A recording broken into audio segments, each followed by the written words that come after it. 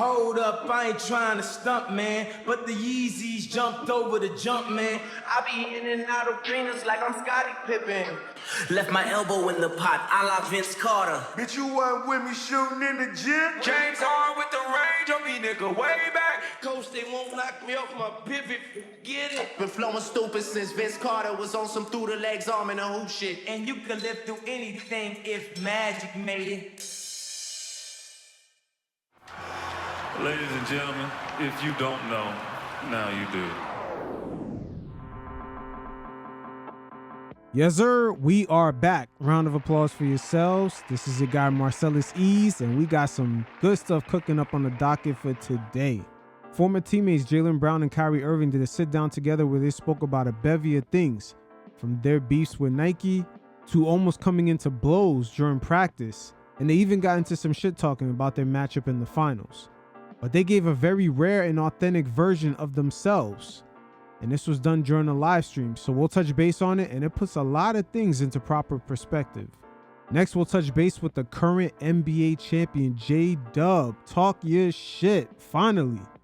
As OKC possibly is about to embark in their third season where they're sitting at the top of the Western Conference. I know it's still early, but Jalen Williams and SGA have begun to hit that road in which they could possibly be talked about as one of the greatest duos in the NBA. Again, not only did they win the championship, but they won 84 games in total in one season, an achievement that was really only done by Michael Jordan in one of his championship runs. And finally, we're going to do a part 2 of this whole Clippers fiasco with Kawhi Leonard and his outside endorsement deal with Aspiration. The cap circumvention was a little bit more intentional than Steve Ballmer initially had made it seem like. And we're going to get deeper into that rabbit hole as Pablo Torre is luring Steve Ballmer, Adam Silver, as well as the Clippers organization into a spider web where he's slowly trickling out information and letting these guys release statements trying to debunk it. My man Pablo is not only putting on a master class in investigating journalism, tying up multi-billionaires into situations they really can't get out of.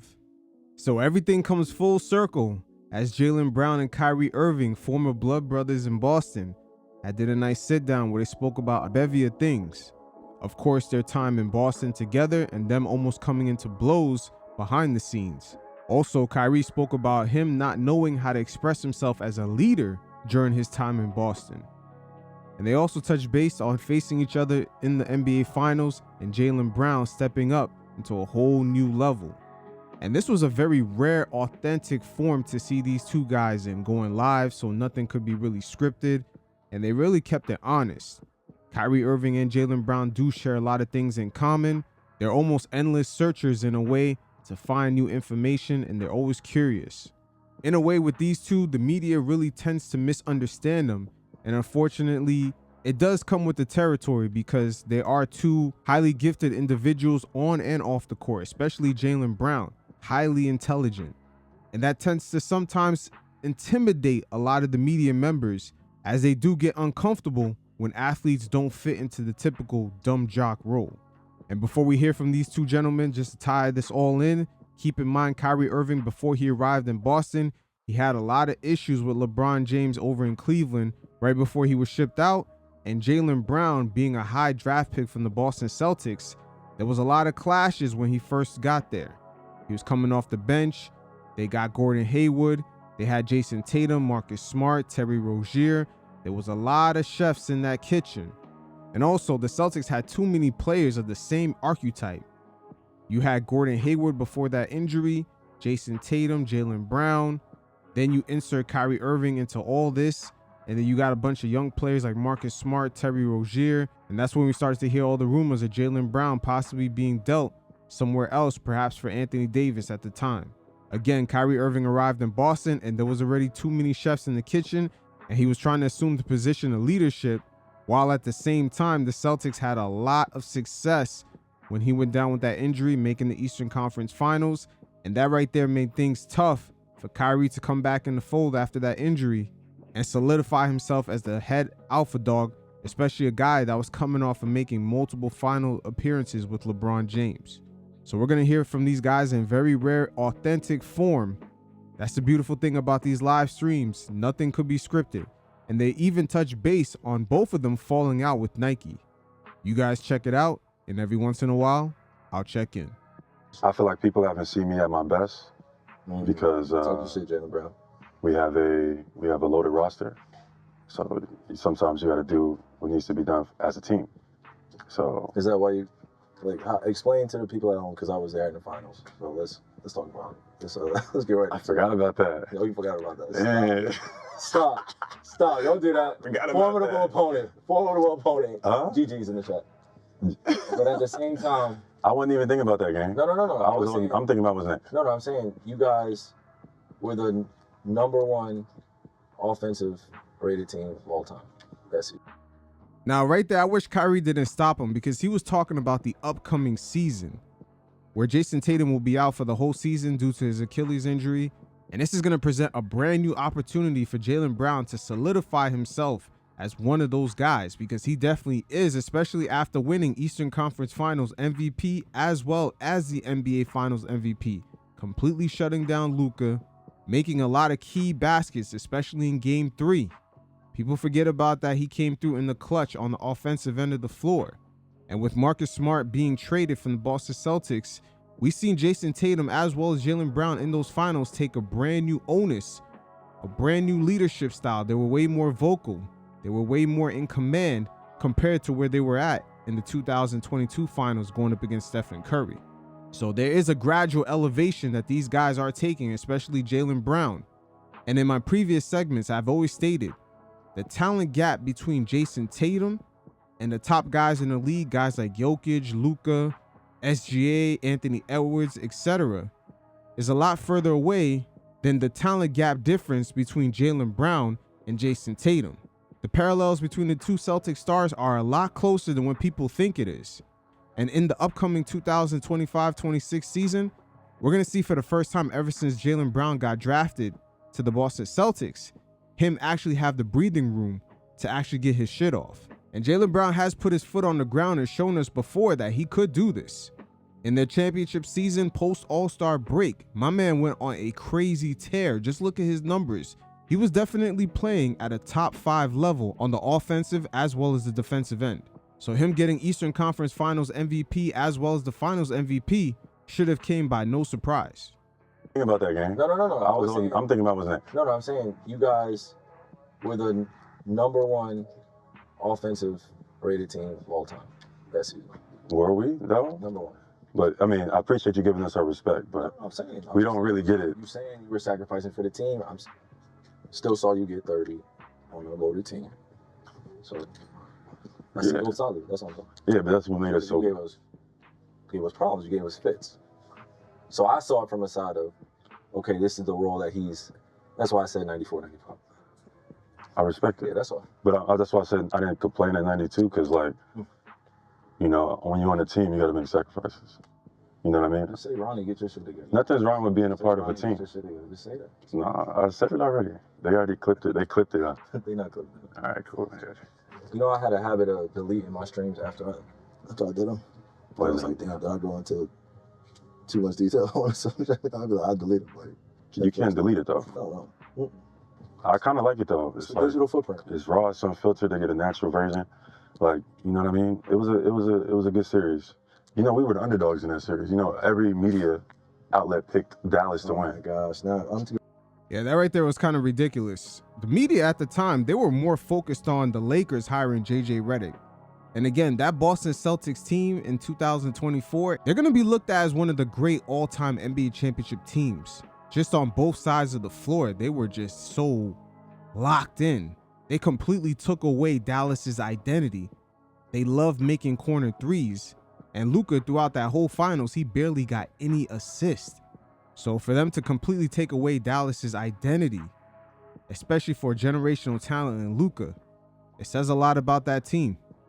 I'm glad you're saying this truth now. This is the truth. Dogs, you guys were what? After the #1 rated offense of all time. You guys were like, but y'all was packing. Of all time. Y'all was packing everybody up. I watched y'all pack Minnesota up, and then I watched y'all pack OKC up. And then Jaylen Brown not telling no lies. Dallas post All-Star break in 2024, They were one of the top defenses in the league. And of course, offensively with Luka, you know they're going to be clicking. And for the Celtics to hit the finals and make them look like a shell of themselves, completely take away their identity on both ends of the floor, just frustrating Luka. It tells you everything you already need to know. We came to play y'all. Bases were loaded. Y'all had 11 days off. Y'all had a little mini season. We did. That was a great, I never got to asking you. What? But how was that time off? That was 11 days before the final started. How was it? You had 11 days. You had like 7. If we would have took, we handled business. I know y'all did. That's why I said I'm not making any excuses for it. And shout out to the Indiana team because they were really, yes, sir. really good. Yes, sir. They gave us. I'm not gonna say it. Okay. Next subject. I hear what you're saying. It was a good series. It was good. It was a good series. But they couldn't do no with you. For sure. That was big. That was big man strength. I appreciate you because I got to experience winning a championship, so I appreciate it. You have a championship and got one of the greatest ones of all time. Think about that. What was going through your mind during that moment when you forget about the win, even before the win, Game 7, going into that game, what was your thought process? Was you just chilling, no pressures on us? I didn't sleep at all the night before. You didn't get no sleep? No sleep. Probably 20 minutes. What was you doing? Replaying the game before I got in there. Replaying it, just trying to imagine. Did you do that shot in your brain before you did it? No? Something similar? That feeling, though. Of doing something legendary like that, absolutely. Man, Kyrie does not get enough credits. We got to give him his flowers, man. The way he was locked in with LeBron in games 5, 6, and 7, and the fact that LeBron just gave him the ball like that to close out that game, it shows you the trust and just the talent level of Kyrie. Very, very underrated. And during his career, had he just stayed a little bit more healthier, just not be as injury prone, I believe he would be held to an even higher regard. But his game, by far, in this modern era, is the most beautiful to watch, no doubt. So, to the people listening, you gotta see it before it comes to fruition. Yes, sir. Yes, sir, man. Okay.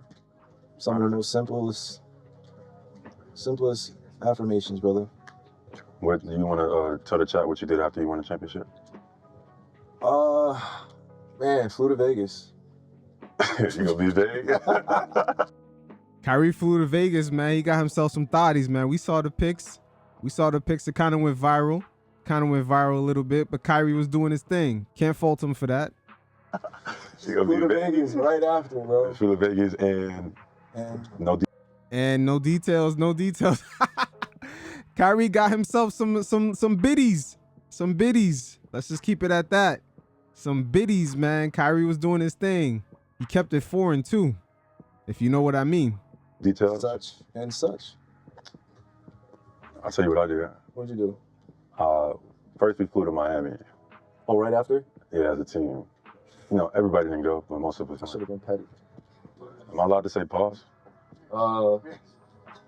We have people watching. But at the same time, this is a live stream that's controlled by us. I'm okay. I'm doing okay. my best. We understand. Okay, we understand. But at the same time, 2025. Hey, this ain't the first time they tried to cancel you or me. So you two brothers. You two brothers. We ain't gonna talk about it. But at the same time, appreciate you having my back, bro. You should have heard your intro, bro. Appreciate you having my back. What was the intro? No, I was saying that this brother, man, we really was there during certain times. Appreciate you. For sure. It goes a long way in my book, bro. For sure. Hey, it's gonna come a time. I'm gonna let you know right now. It's gonna come a time. I'm gonna need you to be there for me. So, respectfully. You know what I mean? You wanna be home? Now, right there, you just heard an exchange between the two, and making into reference that when they stand for certain things, they got to back each other up. Because even when Kyrie was in Boston, Jaylen Brown kind of alluded that he supported Kyrie, even through his statements in the future when he was on the Brooklyn Nets. Again, these two share a lot of things in common. They're at peace with their authentic versions of themselves, and they also from time to time question the status quo. Especially Jaylen Brown. He's even questioned Nike's endorsement contracts, the way they're structured, and how the royalty payments are paid out. He's spoken to previous players of the past who have gotten endorsement deals, and it ends up that down the line that they are not happy about their contract structure with the royalty payments, as they feel like they're getting ripped off. And the money we sometimes hear that these players get through their endorsements are not guarantees. In a way, Jaylen Brown sort of alluded that these contracts are sort of structured in a way that a musical artist from a record label would get a deal. It sounds good in the front end, but in the back end, they're getting fucked over in a lot of different ways. Yo, I gotta ask you a question too. How is it important to stay healthy during the playoff run? It's everything. Health is. You're trying to tell people that it's literally the last man standing, last team standing, who's healthiest at that time. I don't think people realize how rigorous a season can be. You know, like how many games it is. You know, how many times a week you play. You know, different cities. 4 games a week for us? 3 games a week? 3.5, depending on like the back-to-back schedule. Yeah, man. How are you on back-to-backs this year? Oh shit. Do I? You good. I say, I'm good. How are you on back-to-backs this year? I played in a significant amount. Yeah.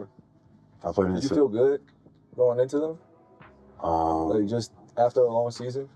Did I feel good? After the summer, even just being in the finals, man, I broke my hand, broke my left hand. Training one of my youngins in Jersey. Basketball is a highly skilled sport anyway, but when you start breaking it down move by move or strengths and weaknesses, hand versus hand, it just that's part DNA in terms of palm of your hand. Mm-hmm. You tell me who else is a shot creator on that team? On my team? Yeah, just a go bucket getter, other than JT. Who else? Peyton Pritchard. Easy. Peyton will have a big year this year. Big year this year. By the way, in our locker room, after Peyton would hit those fucking half-court shots, them shits would go in, and we would go into halftime. Ain't gonna lie to you. I thought about swinging. One time, just see where he was at. Shout out, PP. I thought about swinging one time. You will not touch. You would not. I thought about swinging. After that half-court shot, that happens two times. I can understand. After a while, bro. I can understand. Well, we didn't double you, bro. How was that zone, though? How was that zone? That sending help? I gotta know. Cause I rewatched the finals again. I broke down. Did you watch it? Yeah. Oh, yeah. Where'd you learn? I told you when I saw you in Boston. Oh no, I didn't tell you in Boston. It was during All-Star when I was like whale hunting. Whale hunting. Yeah. I understood part of that concept. You thought we were doubling? No. Those doubles, those shades. You think it was just man? Oh, it was just straight man. Okay. Huh? It was just straight man versus me. Yeah, bro. Oh, okay. Yeah, it was straight man in the finals. The Celtics did not double at all. And that kind of left Luka in a conundrum because now he couldn't exploit any mismatches. And that's how normally Dallas would get off their corner threes. The fact that they had 5 players on the floor, including guys coming off the bench like Hauser, Pritchard, that can defend, and even Horford, him being that stretch 5, there was almost no room to exploit the Celtics, even during bench minutes. Again, this is why the 2024 Celtics will go down as one of the greatest NBA championship teams. In a way, they almost mirror, I believe, the 1986 Boston Celtics. Yeah. Okay. We live with whatever makes you sleep. That's what we were doing. Whatever gets you to sleep. Whatever gets you to sleep. Chat, pull up the clips, chat. No, pull up the clips. Please pull up the clips. Straight man. Yeah, we wasn't doubling, bro. No, I rewatched it. It wasn't so much doubles. It was a lot of shading, I'll tell you that. You can say that. I'll tell you the physicality. The physicality was great, though. That taught me a lot. That's why I came in this next season just, being able to play as many minutes as Joe was letting me go. Yeah, the Celtics were not only shading, they were taking away the corner threes, and also they had Jason Tatum guarding the center. That's how flexible their roster is. So they don't really have anybody to hide defensively as a weakness. On the other end, when it came to the Dallas Mavericks, there was nowhere to hide Luka, and he was getting exposed. Just so many players just blowing by him, especially Jaylen Brown, Jason Tatum, Derek White, Drew Holiday. There was really nowhere to hide Luka. To playing a lot? Yeah, for sure. Yeah, I mean, within the team concept, but I'm just saying, I learned a lot from that series. I'll let you know. Let me hear what you learned. It's great for me, bro. My age. I was, hey, not for nothing, bro. Like, Getting there. y'all had an excellent year. Y'all was going crazy. You know what I mean? So, I was rooting for y'all. I was rooting for y'all. Again, that Dallas Mavericks team in 2024 post All-Star break, I believe they had the number 2 or the number 1 defense. It's been incredible, bro. Like this whole journey of of how we met to like where we're at now. It didn't always start off like that. Yeah, bro.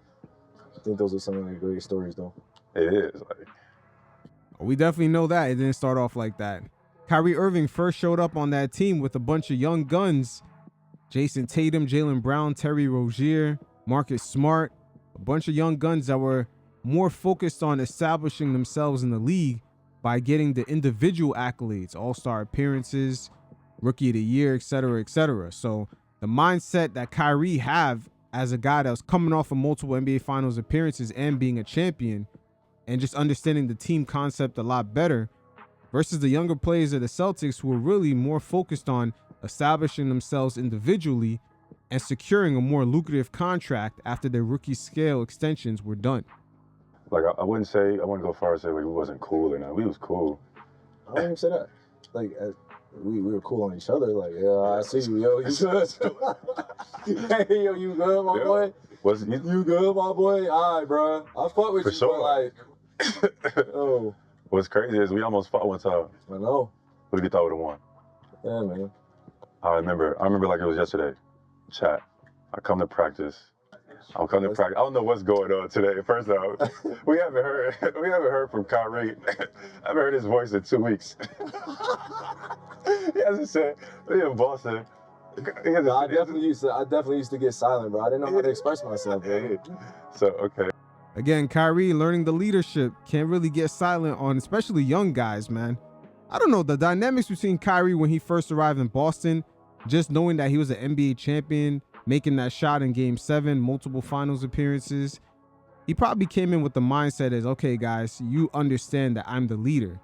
But unfortunately for him, when he got hurt and they made the Eastern Conference Finals without him, that presented another conundrum because he had to establish himself that next season, like, okay, I'm better than you guys. Even though you made the Eastern Conference Finals, now we actually have a season where the media is going to place that pressure on us to get to the same place or the finals.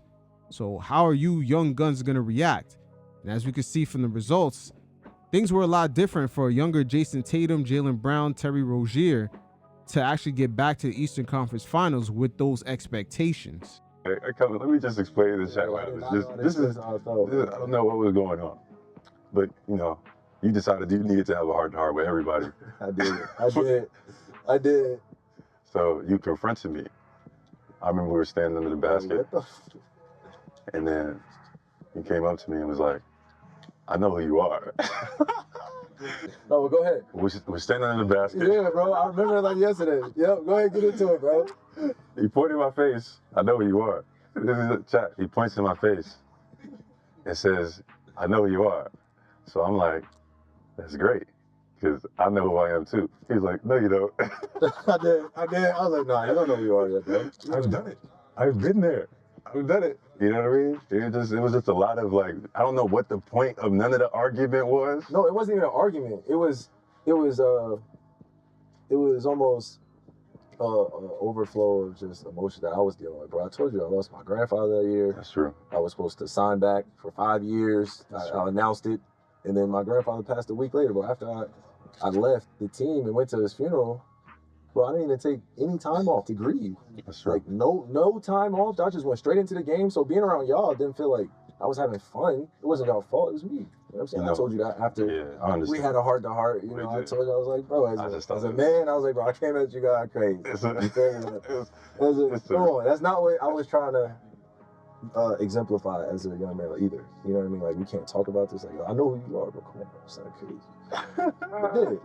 My younger version of me, I've accepted, bro, for sure. Nah. Because that came with a lot of practice and time and just understanding how humans are and respecting space and boundaries and knowing my own boundaries and just being able to talk authentically about real shit. Like that's, you can confront somebody and tell them how you really feel and be like, bro. Shit. Honestly, you know what? In hindsight, I love it and I respect it because there needs to be a little bit more confrontation in the atmosphere than it is at times. There's so many politics and sports and stuff. It is unreal. Now, Jaylen Brown is right about that. There's a lot of politics, but I think Kyrie, the reason why he approached him like that is that he understood Jaylen Brown's talent level, and he was where Jaylen Brown was at, trying to establish himself. Because remember, Kyrie, when he first arrived in Cleveland, him and Dion Waiters was going at it.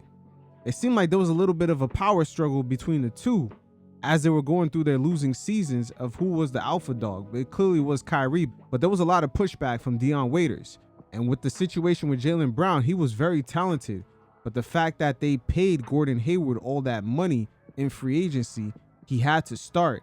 And Jaylen Brown coming off the bench was very highly talented as a 3rd overall pick. And he just had to be a little patient. I believe when he approached Jaylen Brown, he really meant that he understood his talent level and the amount of patience he's going to need to fight through the politics of the game. Because the Celtics were way too crowded. Even Jason Tatum had alluded in a podcast with Carmelo Anthony that he did not want to be on the Boston Celtics because he felt that they were already too crowded. And that's before they added Gordon Hayward. Jaylen Brown was already drafted as a small forward on the team. And Tatum felt like coming into the league that the Celtics really didn't have enough room to play all these guys. People like to think that politics and sports are like not included or whatever. That is so far from the truth. Yeah. Sports is so political, brother. So intertwined, so many decisions, so much talent, but you guys got to be able to navigate and stuff like that. So Jaylen Brown right here, I believe he's talking about the politics with Gordon Hayward. After the injury, he clearly wasn't the same player, but the fact that the Celtics were paying him so much money, the politics of that, the owner's going to want to know why Gordon Hayward is not playing as much. So Jaylen Brown and Tatum did have a stretch where they were completely outperforming Gordon Hayward. But once again, Jaylen Brown continued to come off the bench because of the politics of the amount of money that the Celtics were paying Hayward. So, no, I completely understood, bro. But it's intertwined for sure. 100%. So I get it. Yeah. A little bit more confrontation probably needed to take place. You know, so I definitely have my days. Like people in Boston be like, Jaylen don't smile. They never like. Gosh, I remember that. I had to deal with that stigma. I was having. He's so intense. It's so. Yeah. I wonder why. Jaylen Brown right there is double talking. I believe there's two things that kind of played out. He felt he kind of experienced a little bit of racism in Boston. This is the part he's not going to say out loud. One is that, and the second part, of course, is the politics of him coming off the bench and just the Celtics having too many players that kind of had the same archetype. Marcus Smart, Jason Tatum, Jaylen Brown, Gordon Hayward. Then you had Terry Rozier coming off the bench doing his thing. And there was too many guys that kind of had the same skill set. Hey, what quarter do you feel like really defines the game? I know it's every quarter, of course, but I'm saying like when you've been playing and growing as a hooper. I think every quarter is very important, but like if I had to choose one, I love the first quarter, bro. I love starting. It's like throwing the first punch. I'm that guy. I'm not waiting around. You know how some dudes wait around. Like, you hit me. No, you hit me, bro. You know, I'm waiting on you to hit me. It's like to set the tone. I'm just swinging first every time. Ask questions later. I kind of play like that. Damn, you trying to distract me, bro, with good questions. My fault. You know what I mean? Now I'm down 5. Go ahead, clip it off. It's a lot of negative portrayal, especially still in Boston. What was like some of your best Boston memories? Like best Boston memories? Like some of the bright spots. I know, like, you know what I mean?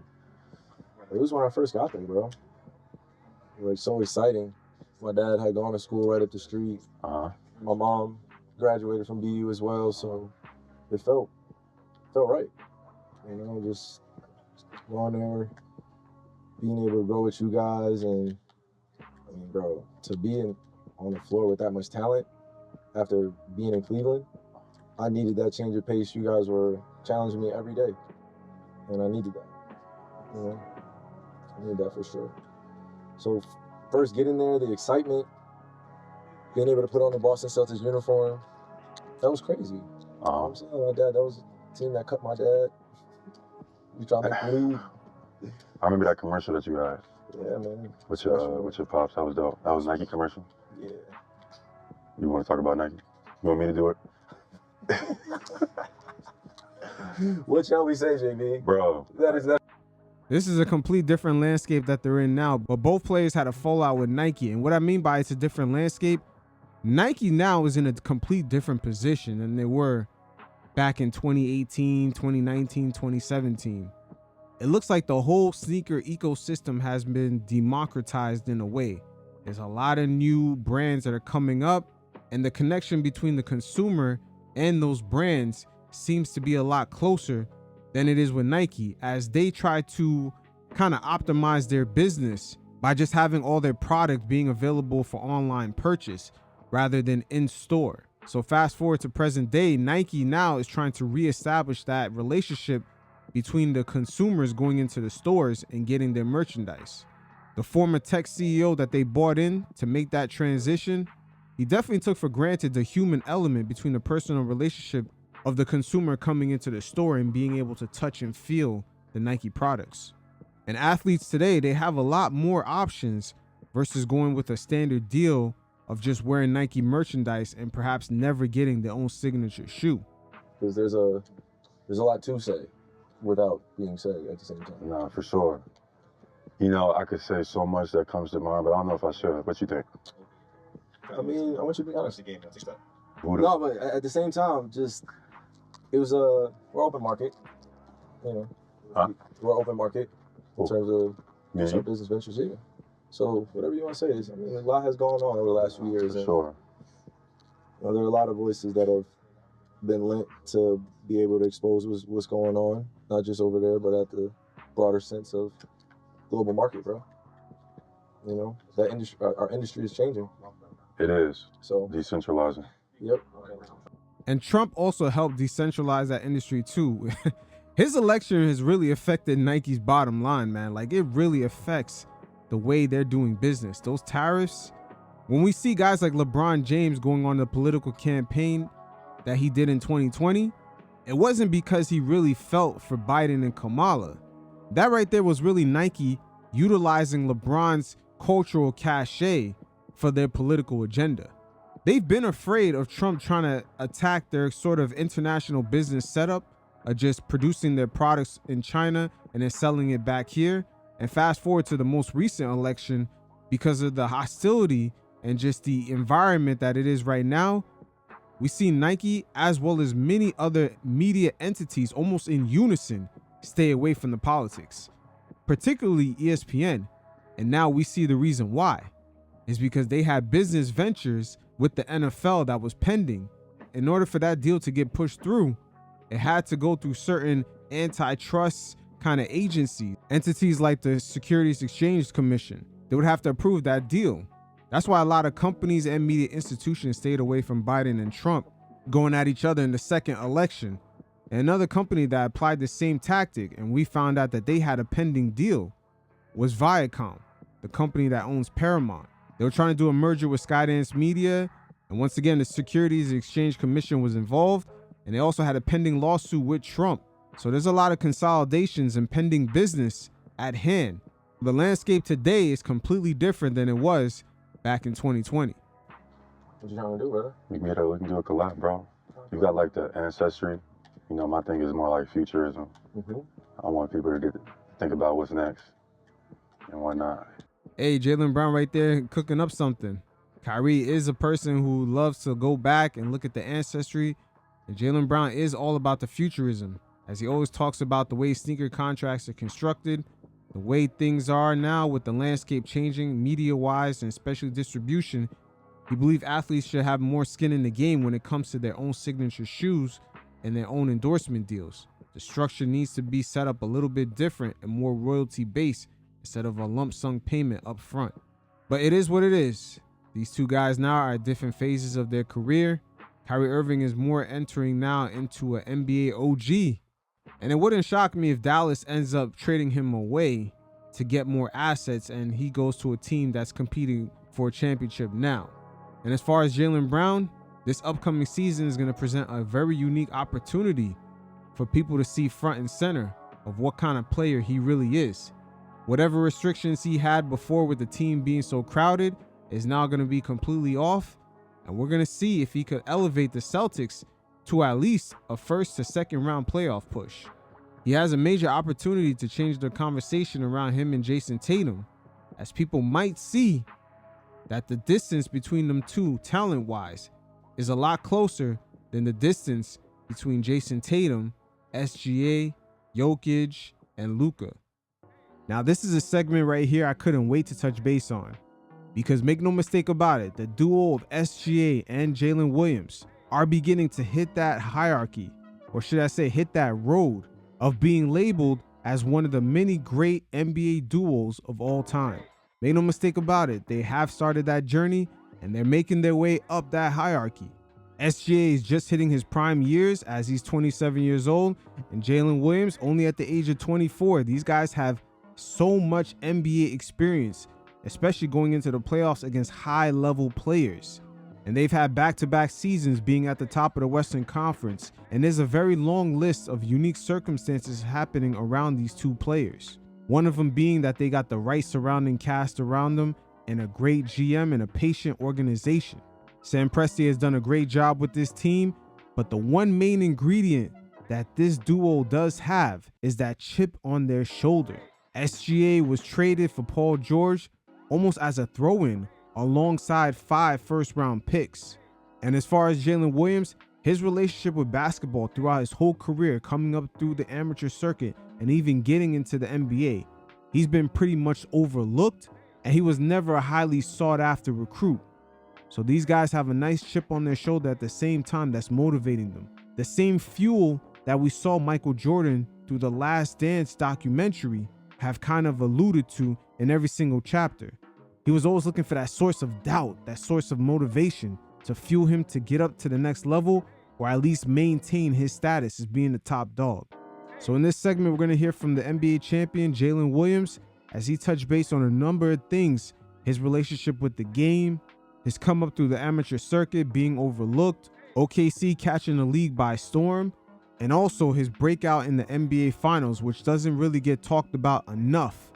This is why I'm alluding that SGA and Jalen Williams are on their way of being known as one of the greatest duos of all time, because of what I've seen in this past postseason, especially in the finals. The Pacers stole game 1, but the way they reacted in game 2, completely dominating. And then being on the road in game 3 of the finals, down 2-1, with nothing going right in your offense in the third quarter. This was really Jalen Williams' breakout game. He stepped up. He took over. He was scoring. He was getting to the hoop. He was being very physical. SGA locked in defensively in that third quarter when nothing was going right for OKC offensively. And then you hit the fourth quarter. SGA finally came alive, scoring 15 points, and Jalen Williams continued to do his thing. That, in a way, was really Jalen Williams' breakout game, because once again, we're talking about these young players. It's the way they're reacting to the pressure that's showing me that they're ready. JDub as well as SGA are two-way players. So if the offense is not going right, one of them can lock in defensively while the other one maintains the offense, and vice versa. So in game 4 of the finals, they were able to tie this series after nothing was going right offensively. I'll link the video in the description below. I did a whole segment on that because it looked like the series was going to get wrapped up during that third quarter. Pacers up 2-1. Their offense is exploding, but JDub kept them in the game. SGA locked in defensively and kept OKC in it until SGA came alive in that fourth quarter. So Jalen Williams at the age of 24 and SGA at the age of 27 have reacted a lot different towards the pressure than Jason Tatum and Jaylen Brown, as their come up kind of took a while for them to kind of get past Jimmy Butler. They had a couple of heartbreaking losses against the Raptors, etc., in order for them to get to the finals in 2022. And then even them being as favorites, they still end up losing to the Golden State Warriors. In a way, them boys in OKC kind of got a head start on how quickly they were able to capture an NBA championship over Tatum and Jaylen Brown. Ideally, it'll be great to see after Jason Tatum comes back off that Achilles injury to see those two duos go at it in the finals. But Jalen Williams right here gives great insight to his whole NBA DNA, as his backstory is making a lot of sense, and it's a nice build-up for NBA legend in the making. JDub sat down with Tony Allen and Big Zebo, aka Zach Randolph, two NBA players that got it out the mud, just like JDub, and it made for a perfect conversation. You guys check it out, and every once in a while, I'll check in. My parents are military, so I grew up on the base, actually, like Luke Air Force Base out there. So I used to like go there with my dad really early in the morning before school. Me and little bro would shoot and then go to school, AAU practice, and then just do the same thing all the time. That was really it. So you was used to the repetition of things and just like structure. Yeah, like, I grew up like structure. Like we're gonna wake up at this time, do this, and like have a plan, like make your bed, all that. Like, yeah. Was it any other interests that you know that grabbed your attention while you was coming up in this borough? Definitely not like anything but basketball. I never tried to play another sport. I didn't. Just strictly basketball, bro. Strictly basketball. Who was some of the people that you watched coming up? Cause your game, I ain't gonna lie, the way you play, I wanna know like early, like who was some of those moves you took from players? At a young age, cause I grew late, I was a huge Kobe fan. Shout out, but I was rest in like, peace. I'm watching Kobe shoot fadeaways. I'm like, I ain't doing that. Yeah. So it was like, I just watched a ton of people. One was like probably like nobody really knows. It's like Andre Miller, low key. Oh, yeah, Drake. My dad was kind of a fan of that. Drake Miller. That was a big one for me. I like T-Mac a lot too. That Andre Miller, whoo, that is an interesting player to mold your game after, because he just literally was a chess player out there on the floor, just getting to his spots, just utilizing every single aspect of just being in a certain position. And he was cold. Guys really couldn't stop him, and it left a lot of fans perplexed of how someone that didn't really have the speed and the height, who could still be killing guys out there, just getting assists. He could get you a bucket, rebounds, steals. He basically did everything on the floor. So when you say Drake Miller, you know Drake Miller got that game. Well, I ain't as athletic as everybody. Yeah. But I could get to my spots. I could get you in the position where you got to compromise whether you foul me or let me to shoot. And I always honor and respected him. So by you saying that, when I see your game now, I could probably see a few times when you can put players in that blender, man. So you know, shout out to Drake. Yeah, big shout out to Drake. That's a real one. Yeah, I actually just seen him. I actually just met him for like the first time. I think I played against his son in high school too. Oh yeah. Yeah. So I had just met him out here for the first time. But yeah, that was somebody I grew up watching, like just pace, and like I said, like I was short up until college, so like that was like somebody that I looked pace wise to just play like. Let us know about the AAU circuit. Was you like just the guy to hunt people, or were you the one being hunted? Like, no, how was your mindset? I was under the radar. I was like lowly recruited. Nobody knew who I was. I used to play in like the NY to LA thing. I don't even know if they still do that, like the little circuit. But it's like low key, like there'd be some there'd be some killers out there. Like I think the biggest name was probably DJ Carton. I think he was out there. I think he's playing in Summer League now, but that was it. I was on the Adidas circuit a little bit, like that little, like the low end of that, but I was playing in like the back gyms of like stuff with Paul Suber. Man, shout out to my boy P. Celtics. Yeah, I was low key. I like high school. I walked out of high school with like 2 or 3 offers and went from there. I wasn't like a 5-star recruiter. There goes that chip on that shoulder. That's a perfect way to come into the NBA. Jimmy Butler got it. Jalen Brunson got it. You see how those guys react in pressurized situations. They already went through the process of rejection, and this builds up like a chink in their armor, where these pressurized situations in the playoffs are nothing new. Mickey D. No, none of that. Me and Cody got no. Me and Cody got 2 different high school experiences. He growing up, he top 10. Oh, Bo, this out the mud now, Bo. You hear this now, Bo? This out the mud, man. Yeah. Come on, man. We need that. That process was and it's crazy. That's why I honor it so much. Because a lot of players, man, in that situation, man, they'll give up. They'll quit. Man, I'm putting in all that goddamn work. Yeah. Ain't nobody seeing me. And it's crazy because, in a way, OKC, they won the championship, and the media still doesn't really give them the respect and accolades and just praise. Everything is about Luka and the Lakers, who are not really a factor when it comes to competing for NBA championship since 2021. So right now, JDub, SGA, all the fans down in OKC, talk your shit. This is your time. Yeah, no, it's frustrating. And like I said, like I was waking up early with my dad to go 40 minutes to go drive and shoot and then go back to school and then go through. I played on all 3 teams too. So I played JV, freshman, varsity, all those.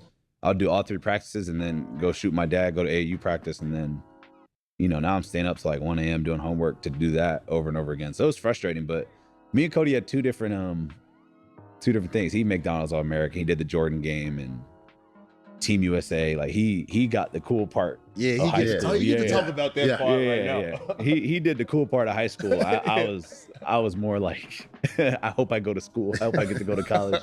Yeah, it was cool. It's cool. Like I got to live through Cody for that part. Yeah. He threw me some gear. Yeah. I hear big bro, got some shoes, some shorts. But your senior year, you killed though. Yeah. Yeah. What you average like 25 a game? Yeah. In high school, yeah. I mean, I thought even my junior year, I was averaging like 22 in high school. So that was frustrating too. It's like I'm doing everything. Like I'm averaging the numbers. Yeah. I think I was close to 50, 40, 90 in high school too, all throughout my years. So like I was doing the right thing. It's just like just kind of just stuck with it till I got to school. So what all-star game? You ain't playing no game? It was senior year, nothing. No, not even the city like all-star game. No, what you call it? Taco? You ain't playing the Taco Bell we game? Had like the Wendy's All-American. He like me. You was in the Wendy's All-American game. I was in the Wendy's All-American. I ain't gonna lie. Hey, man, it's cool. I was in Wendy's All-American, man. I'm telling you, they send me the letter. I got a Wendy's for the whole month. They get, man. I was just straight, but I ain't get no Wendy's deal, nothing. I just went straight to Santa Clara. Yeah, I didn't go dig that. Yeah. Speak about that though. Yeah. You know what I'm saying? Santa Clara, like, you know, how did that come about? It's way simpler I wish I had like a fun story. Like I really just didn't have like a lot of options. What's the craziest part of my story is the coach that saw me play. I don't know if y'all been in that gym in LA, but it got like 100 courts in there. I was in the back by the bathrooms. You talking about it's like Rico Hines? You ain't talking about? No. It's like it's new. Right. It's like I don't know, it's like I feel like everybody will know what I'm talking about, but like it probably has like 100 courts in there. And I was playing on like court 73 in the back right of the gym by the bathrooms at a random game. And Paul actually was like begging Santa Clara's coach to come watch a game. Like it's his coach, Jason Ludwig. And he just so happened to be going to his car, seeing me stopped, and I had 40 something in the game. And he watched that game, and I got an offer that weekend. Now that story right there sounds very similar to Ja Morant. There was a coach that was really getting a drink from the soda machine, and then he just happened to see Ja Morant, and he offered him a scholarship right then and there. That's why Ja be walking around with that bop. He got a little chip on his shoulder, man. And it helps guys sustain themselves even after they make it to the league.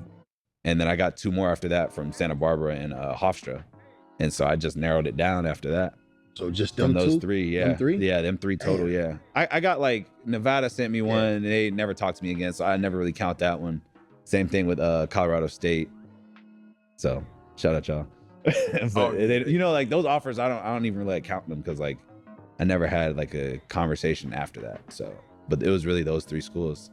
I'm Santa pretty Clara, sure all them coaches fired right now.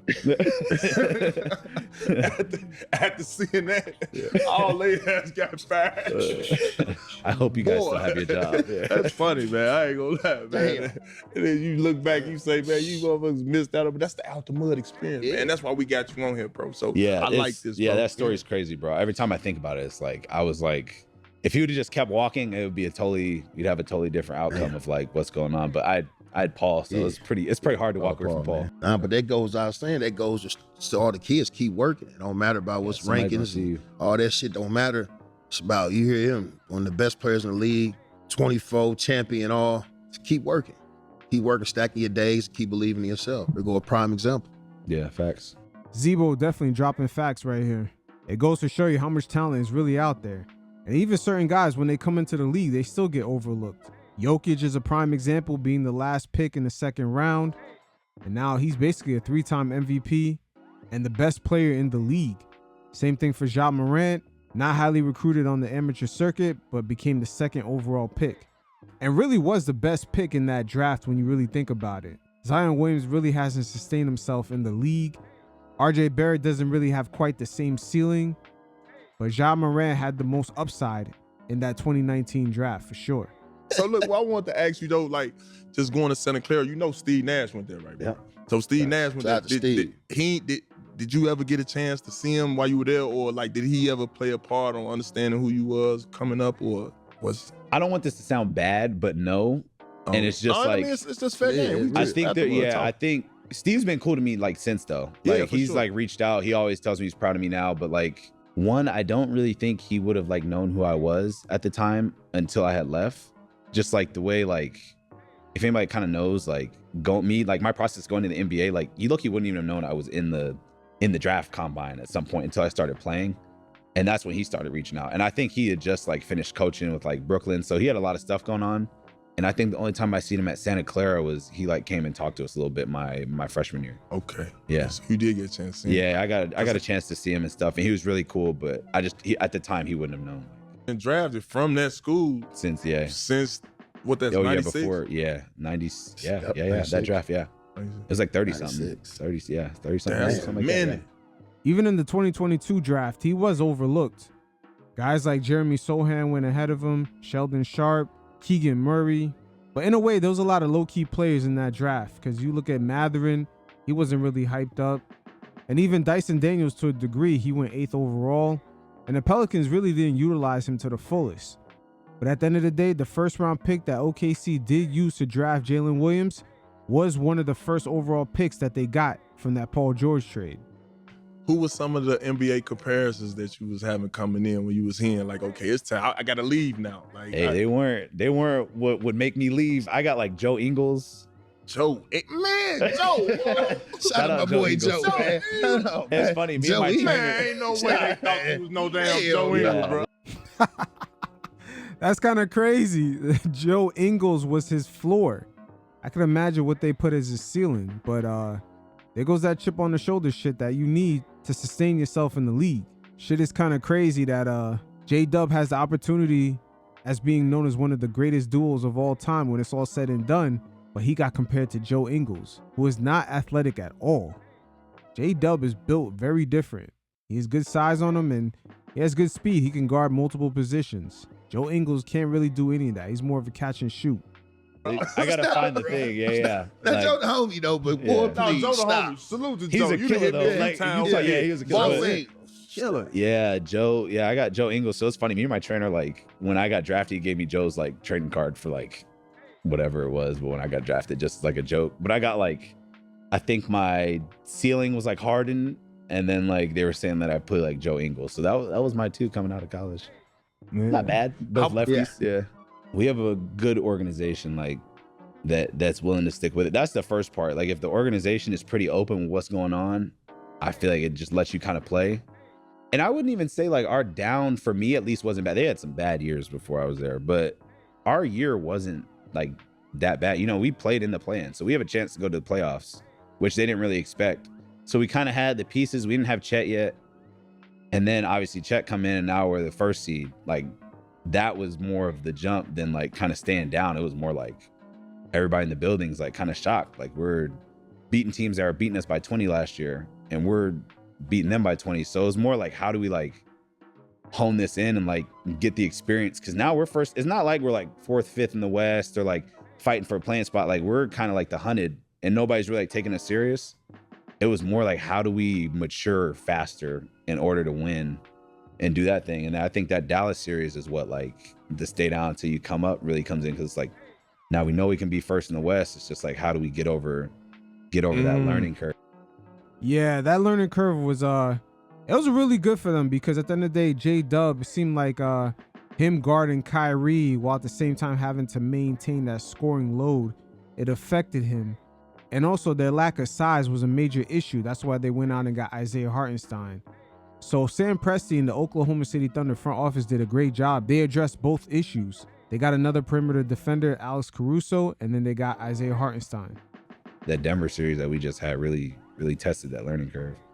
Yeah. So the hardest part was that like going from barely getting in the playoffs to now we're the first seed and like there's expectations and like how do we manage that with everybody in the room being 19, 20 years old. And that's a great point he brought up, how the Denver series was really their litmus test The Western Conference semis with the Thunder and the Nuggets was really one of the best playoff series ever in the NBA. The Denver Nuggets from game to game switched up what kind of zone defense they were playing. Jokic was doing everything to keep that team in it because they didn't have a deep roster of guys that were just going to contribute. So he kept them in it to put OKC in a very compromising position where they had to close out games offensively. And that's where SGA and JDub kind of came through as their decision making has improved from the year prior. Those crunch time situations was one of their Achilles heels. And once again, the Denver Nuggets series, it not only put them over that hump, but we've seen the fruits of that labor in the NBA Finals, the way the Thunder reacted in Game 2 after the heartbreaking Game 1 loss, and then also in Game 3 when they were down 2-1 on the road, the way they kind of maintained themselves even though when their offense was struggling. JDub holding it down on the offensive end, SGA playing great defense, and then that fourth quarter came around, SGA coming back alive on the offensive end, dropping 15 points in one quarter. And then in Game 5 with the series tied 2-2, we seen JDub go apeshit, dropping 40 points and actually breaking an NBA Finals record for having 40 points in the quickest time span. Once again, these guys down in OKC, them boys ready. They're the real deal, no doubt. That's interesting, man, because I ain't gonna lie, man. Yeah, Oklahoma City, I used to always say, man, was on the team on the rise. We looked at teams that's on the rise. Us, Memphis Grizzlies, and Oklahoma City. Yeah. And it's like the jump that y'all took, as far as like you just said, being more understanding of where we can be and where we should be. Yeah. I think y'all really paid attention to detail all year long, whether it was the defensive end. And speaking about the defensive end, that culture, like when did that become a culture? Because I all the while I played Oklahoma City, I never knew them for to be just that tenacious on defense. But y'all for somehow have gathered together, your boy Caruso, Wallace. Talk about your teammates, man. And also want to hear about what did that damn celebration after a good game and a crowd come around in the interview. What the hell did that come about? That's the thing now. Because people was hating on that, Bo. They was hating people on was saying, that man, was hard, they having too much fun. They think it's a game, and what are they doing? Yeah, you heard? To speak to that too much fun shit, it's like, bro, I'm 22 years old, making millions of dollars, and we're first in the West. What do you want me to be sad? Like, exactly. I never understood that, but just like the defensive thing, I don't know where that came from, bro. I think it's just like like you guys know, like you guys are on a good a great defensive team. It's like pride. Woo, them boys got pride though. I'm not gonna lie, the Thunder defense, the speed, the tenacity, it's insane. And it's coming from both their star players also. That right there is something different than the previous era. Star players outside of guys who were really on that championship level, they didn't really have to play defense like that. A prime example is players like Carmelo Anthony. His style of play would normally be enough to get a team to at least the first or second round, but after that, it usually hit a ceiling. But in this new NBA, or should I say this parity era, where you have a bunch of guys 6'8" who can handle the ball and have a nice face-up game, there's nowhere to hide bad defenders. And looking at the Oklahoma City Thunder makeup, their two star players being just as good at both ends of the court, this is going to be the new norm. It's like, I don't want my man to score. And it's like, I don't want the team to have to cover for me. So that like is how it goes for like me. It's like the dude in front of me, granted, some nights you can get your ass busted. That's just that's basketball. Yeah, that's how it go. But it's like, he's going to have to work the whole time. And that's like the mentality that our team has. I think some of it starts with Shea being a leader. Shea not afraid to pick up and play D. And then it just trickles down from there. It's like, we also have the personnel to do it. Adding Chet and Hart, having like some people back there, you throw Jay Will, and like all these guys are willing to like come in and be like, I'm not going to be the weak link. Like that's how we think. And then it just, you know, obviously our team chemistry, like you said, like the towel stuff started with Chet, like bringing people into the huddle, summer league. And me and Jay Will just started, it's just random. Like me and Jay Will started barking randomly, and now we go to the playoffs. Everybody's barking. Like that's just us, bro. Like we're weird. I don't know. Like it's I love it. Our thing. I love it. I love it. But I like the fact that when you see the interview going on, the dude that's doing the interview, he's focused. Yeah. And they bullshitting in the background, but whoever doing the interview is focused. But that's what we peep. Like we peep. He never will break character. So we like, all right, let's see if we can get him like mess up or like forget what he's talking about. Shout out Nick. He never does. He's locked in. But that's just our team. Like Knicks are really like I said, our organization's fun to be around. Like I'll hang around like staff. Like we have a good organization. It's a copycat league, man. I'm pretty sure a lot of people are about to do that, man. Just make the organization fun, letting the young fellas, figure out. Yeah, Charlotte showed up to the signing, like play through mistakes. I think that stuff's cool, bro. Yeah. But your team camaraderie, you can see it. Like y'all probably on y'all road trips, y'all probably all go out to eat together when y'all do it together as a team. And I never won no championship, but he's a champion. You a champion. He always tell me, you gotta be together. It's gotta be one team, one goal. And you can see that with y'all. And man, we battled a lot of years. We had a lot of battles with OKC, but man, y'all organization always been good. And shout out to Sam, man. Yeah, shout out Sam. And you could definitely see that they're together. Once again, they won 68 regular season games. Plus, they won the NBA championship. So that's 84 total in one season. And they completely dominated the Eastern Conference. I believe SGA averaging what he did in the finals versus the amount of games that they won, it hasn't been done since Jordan. So we really got to put this into proper perspective. That's why I alluded to in the beginning of the segment that Jalen Williams and SGA are definitely on that path as being known as one of the greatest NBA duos of all time. Talk to us about the 40-point game. What you ate that day, how you woke up, who you said what's up to, who you gave a hug, who called you. Because that game, I ain't gonna lie, bro, I kind of thought, I said, damn, this motherfucker might steal his finals MVP. That's what I thought as a funny. fan. I seen Stephen A say that. I was like, nah, brother. Said 2 averaging 30 something right now. Yeah, no, I know, I'm understandable, but just that performance itself. I don't know.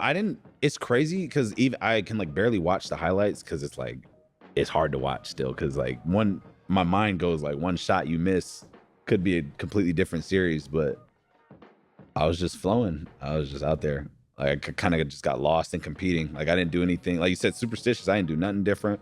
I listened to my music the same I did every other time. I got 4 songs I always play right in a row. Yeah, Jalen Williams was coming off that game 3. Nobody talks about that.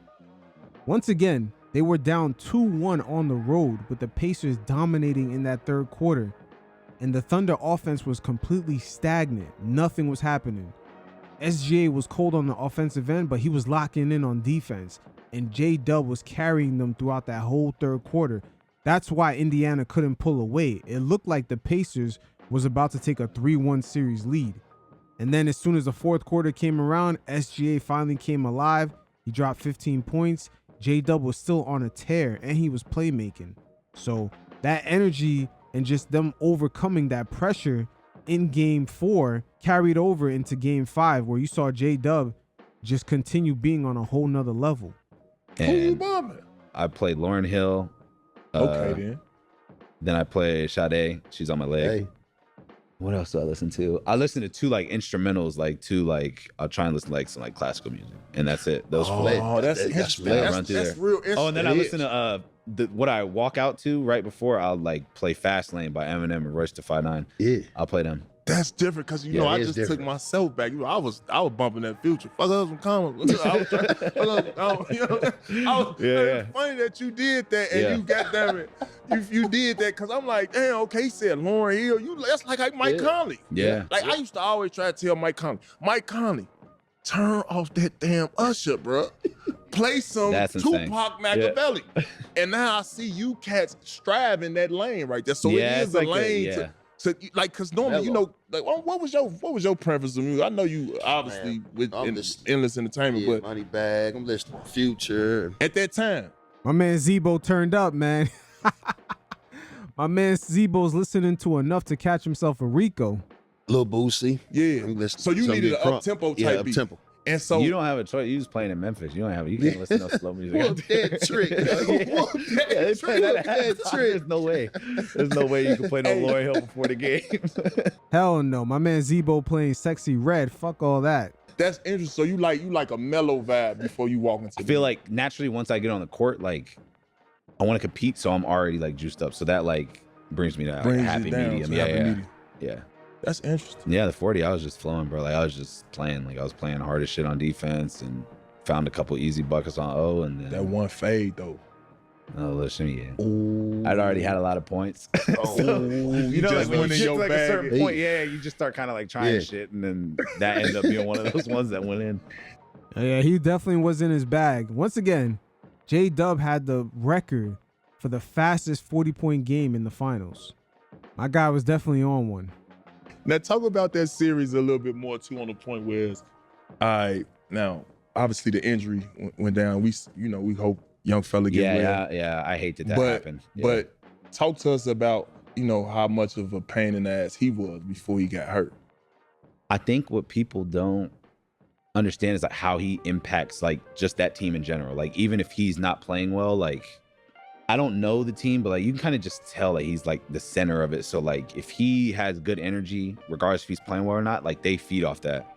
And they have guys that can like really go. Obviously, they got Siakam, they got Nembhard, TJ was killing us the whole series. Like Toppin had a hell of a series. Like they have guys that like fed around him. So even if he was off, the way he passes and sees the game and keeps them in, like everybody into the game, that's what makes them go. That's why they were there in the finals. Like to be able to impose that fast-paced game throughout the playoffs is insane, bro. Because usually everybody say the playoffs slow down. Like they do. And the Pacers really low-key were very close to an NBA championship. Tyrese Halliburton, since Game 5, his leg was really fucked up. He was really running on E, and they still took it to 7. And even after he tore his Achilles in Game 7, the Pacers were in control up until the third quarter, where the team offensively, they just had to rely on TJ McConnell too much, and the Thunder defense was just way too quick, and that's when they sort of ran out of gas offensively. The championship was definitely a coin toss. It was 50-50. Could have went either way. And it was definitely a great series. I did a breakdown on that. I'll link it in the description below. Very underrated finals. Now, what I wanted was you tell me a little bit about defense. Yeah. Now, me watching him, I'm a defense specialist. JDub, I don't know if you know. I'm first team all defense. Yeah, you understand that, right? Yeah, I understand. So listen, same team. So listen, you're right. You're the first team too. Hey, so listen. Hey, they call Tony Allen the Kobe stopper for a reason. What I'm trying to figure out is when Halliburton was like, we know his game pretty much. When he go to that right hand and he get downhill, like 5 people break open. Yeah. Off that one high pick and roll. What was y'all mindset to stop that? Because that was like pretty much whenever he could get like 15 points, 10 assists, or you know what I'm saying, fastest rebound, he was putting pressure on OKC. I was just trying to figure out what was y'all mindset to tame that high pick and roll. Any player in the NBA that's like really good, actually really all NBA players are really good in space. Like if you're a good player, you have space. Like anytime that you can get downhill and get to that is what his focal point is. So a lot of it was like, make sure our coverages are correct. They don't set a lot of ball screens. So it's like, we can't mess it up. We can't give him an advantage going to his right, because that's when you leave Nesmith open for 3. And now you're overreacting to Halliburton. You're giving up 3s. And now Siakam's getting easy points. And then now down the stretch, he's got a rhythm. That Siakam boy in that series, woo, he was really underrated.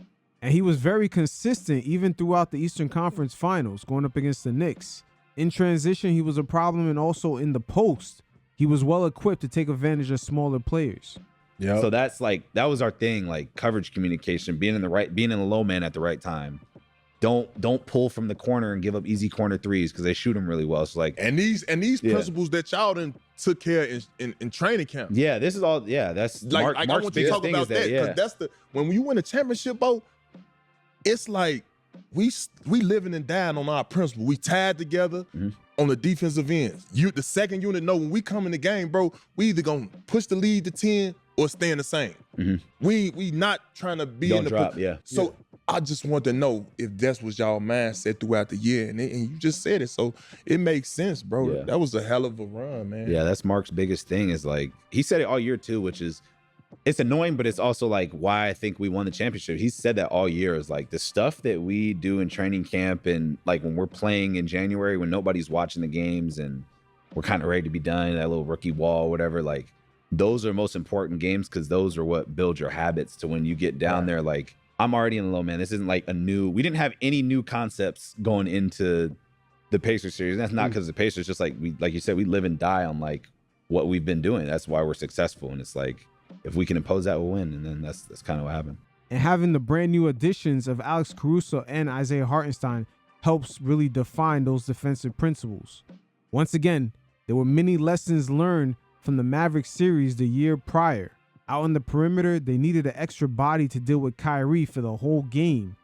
And also in the paint, they needed someone to deal with Daniel Gafford and Derek Lively.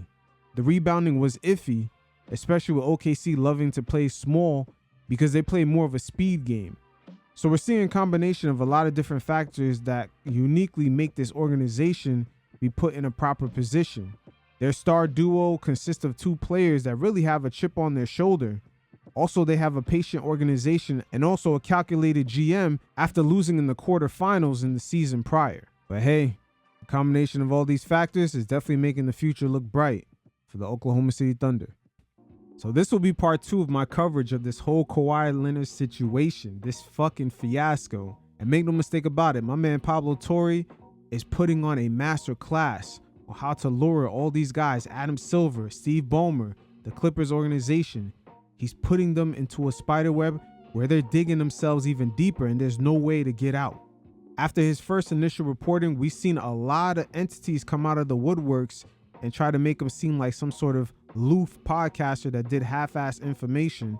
Even Mark Cuban went out of his way to tweet him 100 times going back and forth, and then he made an hour appearance trying to debunk his whole story, making it seem like he just did a small investigation when in reality he put 7 months into his life just reviewing the paperwork.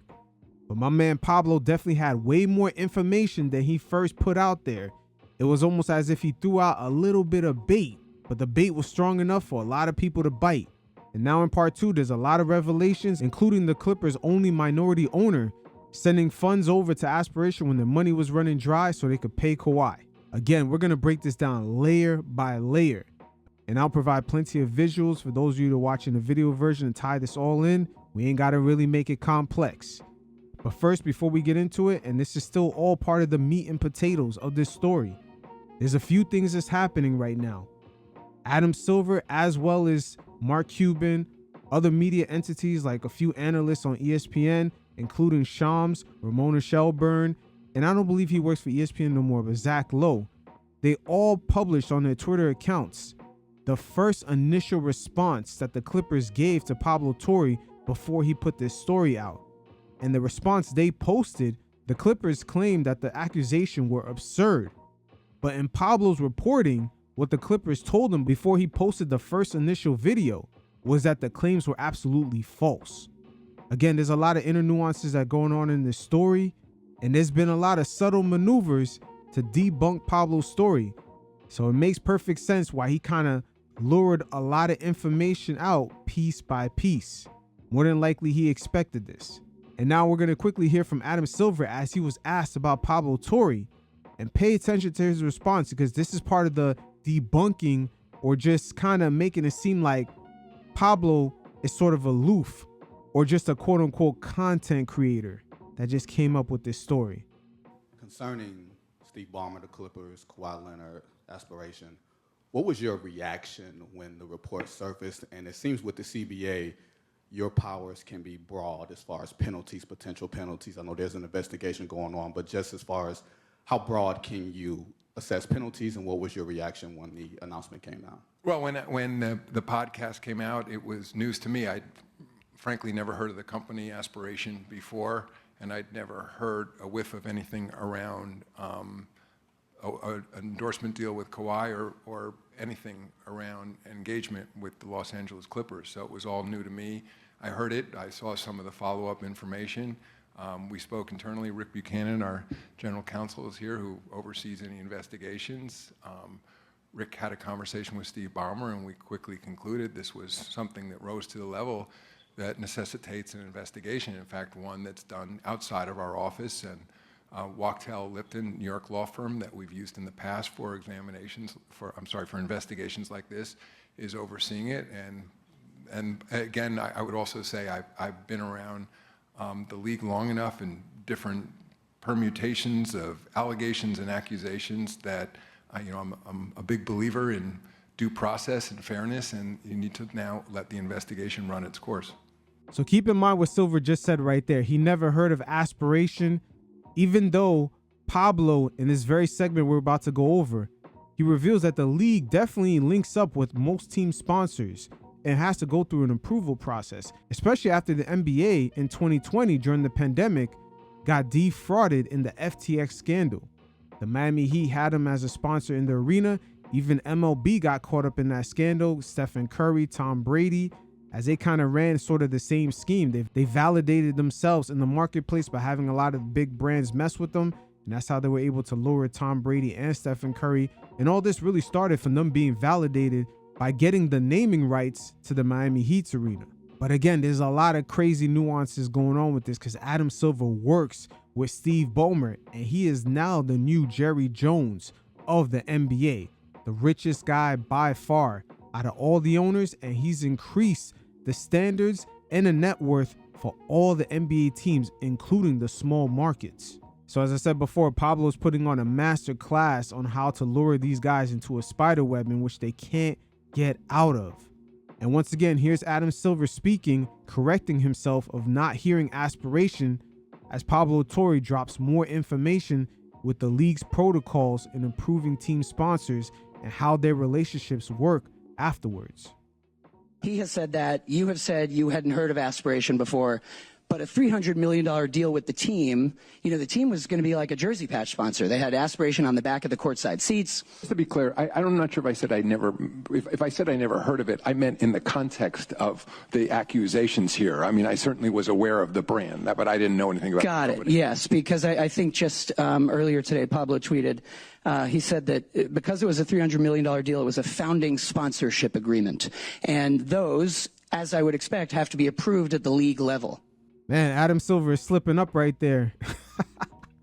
He's slipping up, but it's a very unique situation. Steve Ballmer, once again, he is the bosses of all bosses.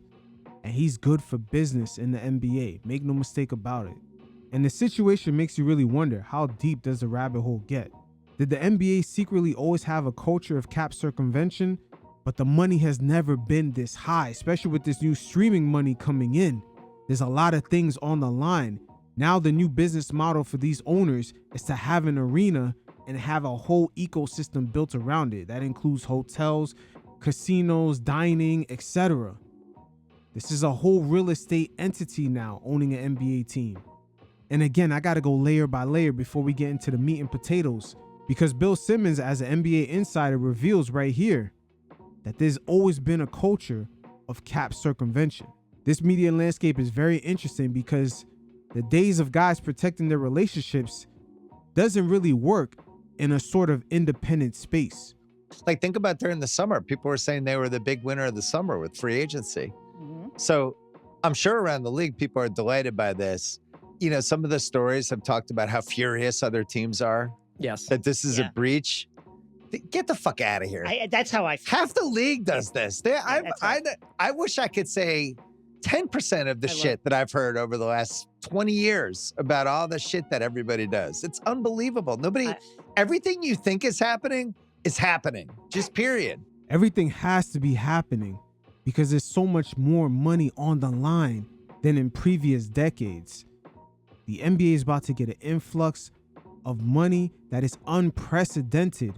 Guys like Luka, Jason Tatum, any top tier player, they're set up to be making $100 million a year by the middle of this streaming deal. I mean, shit, just to start it off, players already signing for $72 to $80 million a year. So now we're going to hear from Pablo Torre, Amino Hassan, and the former president of the Florida Marlins, David Samson, as they went into more detail of this whole fiasco, including the fact that aspiration, by the time they had to pay Kawhi, never had the money to begin with, and the Clippers kept having to send wire payments to them. And for those of you that are watching the video version, there will be plenty of visuals as we go through the many documents and pay schedules. This is how much of a bag Pablo Torre really got into, and it makes for a great fucking spectacle. You guys check it out, and every once in a while, I'll check in. We made one of the 10 richest people in the world fly to Bristol, Connecticut. That says a lot, I would say, about what the level of urgency is. I think this whole thing seems pretty cut and dry. And it's not just because I've talked to multiple NBA owners who effectively have told me the same thing, that the facts seem clear, but it's also because what it takes to prove cap circumvention, salary cap circumvention in the collective bargaining agreement, which has been characterized by Commissioner Adam Silver as a cardinal sin in the league. That also, according to the language, seems cut and dry in terms of what is useful for the league to consider. And so I just want to quote Article 13, Section 2 of the collective bargaining agreement with the NBA and its players under the heading, quote, no unauthorized agreements. It says, a violation may be proven by direct or circumstantial evidence, including but not limited to evidence that a player contract or any term or provision thereof cannot rationally be explained. End quote. Now, this is where Adam Silver is caught in a conundrum, because is he really gonna punish Steve Ballmer, the guy that not only came into the league inflating all the prices of NBA teams, but he bought the stadium, paid it for himself, he bought the land, he's been good for business. According to the NBA rules, they don't actually have to investigate him and find 100% proof like on the legal side.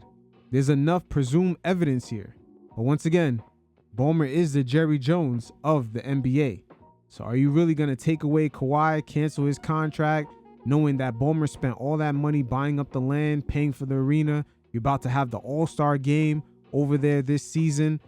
And they've even announced that this investigation could go past the All-Star game. How convenient. Again, this is big business. There's a lot of money on the line. And I've always alluded in my previous segments that the NBA is 60% marketing, 30% business, and 10% basketball. And we're seeing all phases of it, especially on the marketing side. With Adam Silver, the way he speaks in these press conferences, slowly in the past 5 years, he went from speaking to the American audience when it comes to the NBA. Now he's speaking to the globe. And it was very carefully crafted through his words. That's why I say the NBA is 60% marketing. They make you think that they're not money hungry as the NFL. That's their branding. But in reality, the NBA, ever since Michael Jordan, Magic Johnson, have gotten a league to pop off and start reeling in the viewers and cash. They've never been a league where the average fan could just put on one of their games on television and see it for free. It's always been, for the most part, behind a paywall, whether it be cable TV, and now we see it with streaming. Look how fractured that they have all their games. You have to have Amazon, you have to have an NBC, Peacock, all these services, ESPN. They've always been chasing behind the bag, and they've done a great job marketing the league to not make it look like they're chasing the money like everyone knows the NFL to be. But in reality, the NBA has been just as money hungry, if not even more. At least the NFL has their games accessible on a local side to their fans. If you live in a particular city, you can see that city's team for free. The NBA has never had a setup like this. And now headed into streaming, the local games are going to be more expensive to see versus the nationally televised games. So just keep this in mind. I had forgotten the last part, the cannot rationally be explained clause, but I mean... Well, that's what the investigation's for. David, what does that mean legally? Cannot rationally. And I think we understand what that means, but in a legal sense, how do you prove? Nothing. It's completely wishy-washy. Right. There is no legal threshold. Remember, we are not in a court of law. We're going back in time to a critical moment in Steve Ballmer's relationship with Kawhi Leonard and aspiration that I have not yet discussed with you guys. And I did not appreciate it myself until it hit me. The month is December. The year is 2022. So you may recall that Kawhi Leonard is back from his torn ACL. He's now tearing up the Boston Celtics in December of 22. I just need to establish that you may recall that in the last episode we did, I convinced an anonymous source in Aspiration's finance department to go on tape. There was a condition that we use, what? Voice modulation. Which I granted because of the ongoing parallel investigations by the DOJ and the FBI and the SEC and the Commodity Futures Trading Commission, otherwise known as the CFTC, and I want to respect just the sensitivity of the fact that this is a giant national scandal involving one of the richest people on the planet. All of which is to say that for this episode, what we're about to do here involves the product of the vetting and fact-checking and persuading that I spent time doing with another source, who I convinced to separately talk to me about December 2022. and they agreed to the same conditions. I was a very senior executive in finance. I was also painfully aware of the fact that the contract between Kawhi and Aspiration was to circumvent the salary cap. I too brought that up with some of the more senior executives at the firm who were also aware of this fact. And much like many of the very senior executives at Aspiration, I had to spend a lot of time having conversations with some federal agencies about some of what was happening inside of Aspiration. And I also just got to say thank you to you, original source number one, because when you came on the show the first time, no one had any idea what we were doing. Now you've had the experience of listening to other people listen to your voice modulated self. And could you clarify whether you have also been interviewed by federal agencies in the course of their investigation into Aspiration? Yes, I have. So what was December 2022 like inside of Aspiration as you personally experienced it? A show. December 2022, the company had virtually no income, no pipeline of clients, was really looking like it wasn't going to be able to make payroll. The ship was sinking. It was just a matter of how long we could hold on. And we ended up doing 2 rounds of layoffs. The first round was in the first week of December, where a bunch of very high-level executives got laid off. The president, the general counsel, some C-suite. And then the second round of layoffs, which was in the second week of December, was almost 20% of the entire staff. So about 100 people were laid off. I mean, to say it was bleak is almost an understatement. And I asked a lawyer, given the scenario of the company and what I'm seeing on a daily basis and the literal lack of cash in the company, what do I need to do to protect myself? I didn't want to have exposure if these numbers, as I had and as a lot of other executives I was speaking to had suspected, were not 100% accurate. I literally did retain a law firm, and I was sending emails to other people in the C-suite letting them know that unless I saw certain things on paper, I was unable to proceed with bringing in these investors. The last sentence is what's interesting to me. They're out trying to find money. So when you're a company and your revenues are being outgunned by your expenses, you've got 2 choices. 1, you can lower your expenses, or 2, you can increase your revenues. In the absence of either of those, you got to go 3, and that's going to the capital markets. You can take money off a credit card. That's the crudest way to do it. You can borrow money at those usurious interest rates, or you can go to a bank and try to get a line of credit. You can get a bridge loan from a bank, which is you borrow money to make payroll until your next revenue payment comes, and then you pay that bridge loan back. You can get long-term financing from a bank, sometimes a bank of ill repute, and it just depends what interest rate you pay. So you have to go through all of those options, which I assume Aspiration did. So they badly needed money. The people that we talked to, the one news source number 2, is saying that they didn't feel comfortable asking others for money given what they were learning about the company behind the scenes. These are the people, by the way, who cooperated with the federal agencies. Just give people a sense of like who's talking to me. This company, to summarize what our 2 sources now have told us on tape, December 2022 was f***ed. So, for instance, here's another thing that happened. In October of 2022, right? This is by Q4 of 2022, the week before the NBA season started. There was a Bloomberg headline out in public that everybody could see about how Andre Cherny, Aspiration's co-founder, CEO, the guy who had signed and executed Kawhi's secret no-show endorsement deal right next to Kawhi's signature, had resigned from the company. But now, briefly, imagine you're the Clippers. Imagine you're the team that Amin is wearing on his chest in December 22.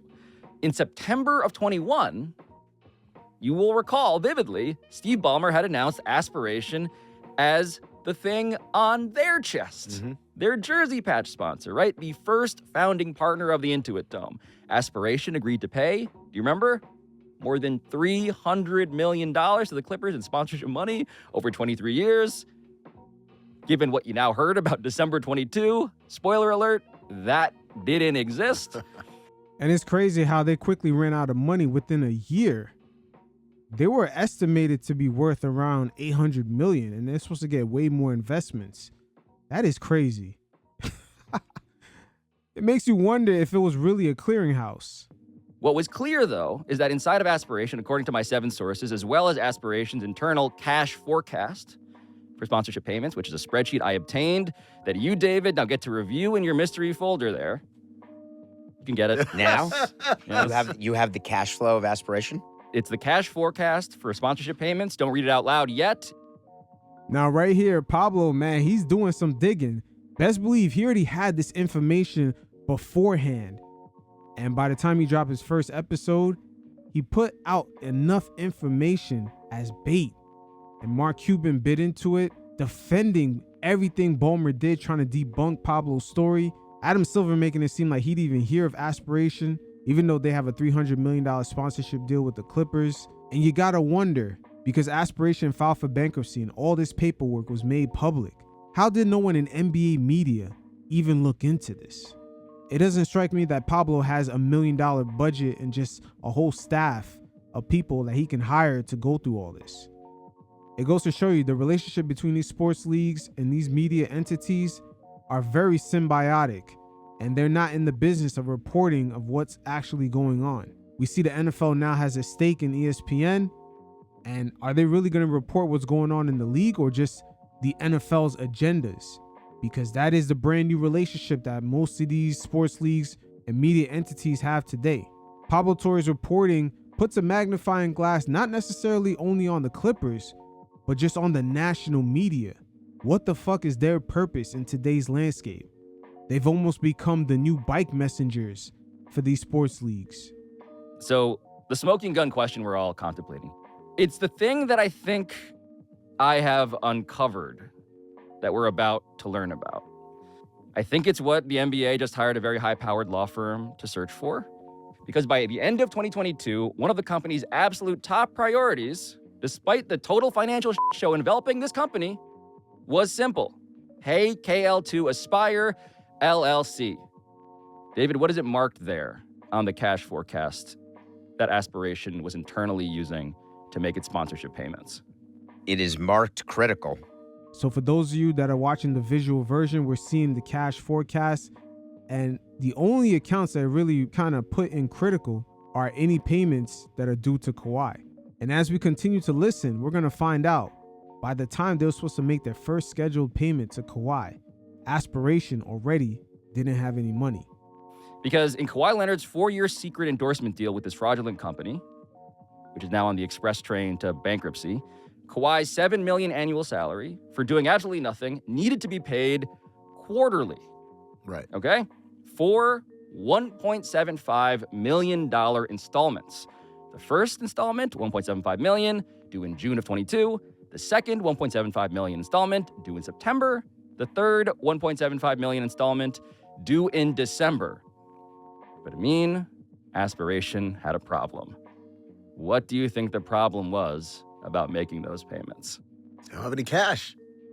According to this Green Bank's Silicon Valley bank statements, which I have acquired and confirmed and have in the folder in front of you, when does Aspiration send that first wire to Kawhi Leonard, and how much is it? It is due in June 22. What do you have in front of you there? July 6, 2022.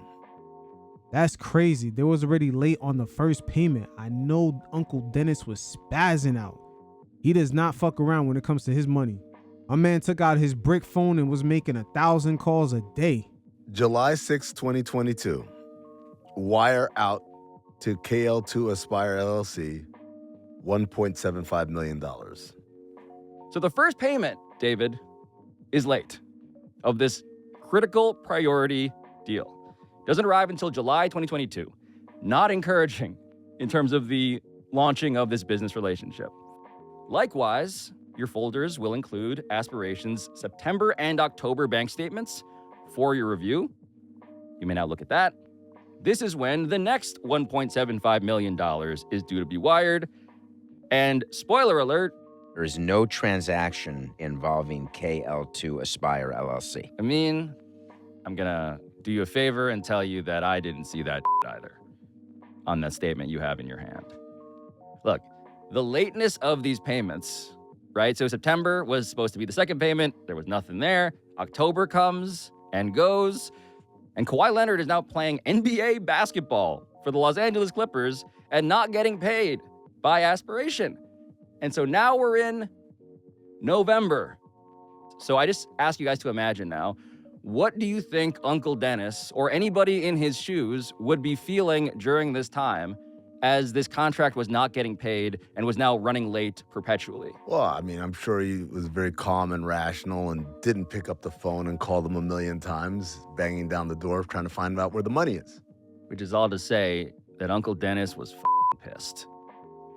So in all fairness to Uncle Dennis, he's not the only one who's calling trying to get paid. There's a huge freeze because there's no money to be spent. So from the finance team's perspective, we feel like we're on the other end of collections calls. People are constantly coming in asking for their money. But between those months when all of this is missing, so September, October, November, and leading up to December, the actual certainty of the company even existing is up for grabs at that point. Are we going to get paid as employees? Why does Uncle Dennis keep calling us? We have such bigger concerns that we're thinking about, which is our own salaries. Are we going to have to go through layoffs? Where is the money going to come from? But lo and behold, Uncle Dennis gets paid. David Sampson, former president of the Marlins, please tell us when exactly Aspiration finally does wire their months-late second payment to Kawhi Leonard. December 15th of 2022, $1.75 million. So this payment was made December 15th, 2022. Mm-hmm. When was the 20% of the staff laid off? The same day. Oh. That deflated O. There was a lot of deflation in December 22, in fact. But the thing I want to answer with you guys here is the deeply underrated question of how Aspiration finally paid Kawhi Leonard his second ever payment on December 15th, 2022. And so, Amin, I want to point you back to the December bank statement, which you have in front of you, from Aspiration's checking account. You may notice something that I noticed as you scan that, because something happened just 9 days before the wire out to Kawhi's KL2 Aspire LLC for $1.75 million on December 15th. On December 6th of 2022, a wire in from DEA 88 Investments in the amount of $1,999,999.59. Now, again, keep in mind, this company has no money, so someone wired money in just for it to go right back out to Kawhi. This right here for Adam Silver is something that if he asked Steve Ballmer about, there's no way to tap dance around this. It's all in the paperwork. Aspiration at this point has no money. And through this bankruptcy, they could see all the paperwork, all the receivables, any money that was supposed to come in, what dates they came in, and how much money was going out. I think Aspiration being in bankruptcy is what's really tying up Adam Silver right here. And if I was Steve Ballmer, I would stop making appearances and speaking on this situation. Unless he got one hell of a pair of tap dancing shoes, he can't cha-cha slide out of this. He can't do the Macarena. He can't do all kinds of dances. $1.99 million comes in 9 days before Kawhi Leonard is scheduled to get paid amid the total collapse of the economic premise of this entire company. But here's what's even stranger. According to our review of Aspiration's cap table and bank statements, there is no evidence that prior to December 6th, 2022, DEA 88 Investments, LP, had ever invested in Aspiration before, which I also confirmed with my sources, which means that DEA 88 Investments, LP, chose to invest that precise amount while this company was basically sinking into the ocean. And so given all of this, I said to myself, should probably look up the registered agent on file for DEA 88 Investments LP, and it turned out to be a man named Dennis. Dennis Robertson? Not Uncle Dennis, a different Dennis. Another Dennis. Dennis Wong. Oh. Dennis Wong, our different Dennis, is a fascinating character. Different Dennis, the guy who paid $1.99 million to Aspiration 9 days before Aspiration paid $1.75 million to Kawhi Leonard, on the same day Aspiration laid off 20% of its staff, is this Dennis. Not Uncle Dennis, but the Dennis seen breaking ground on Intuit Dome in 2021 in a COVID mask off to the side of Steve Ballmer in this video, which we played in episode 1, no less than 5 feet from Kawhi Leonard. Now, this information right here, I believe Pablo already knew this. He knew this. But he sat there and did a whole episode with Mark Cuban just debunking himself, putting himself in Pablo's spiderweb. This is maniacal by Pablo right here. And that's a nuance that needs to be pointed out a lot more. Adam Silver, Pablo Torre, and the Clippers organization making numerous statements. They might have assumed that he just had that initial reporting and that would be the end of that. With him just dropping all these gems, speaking to all these people that used to work in the company, and most importantly, having the power of distribution of getting this information out with the way technology has evolved. This is a landscape for people in Steve Ballmer's generation especially, they are not accustomed to.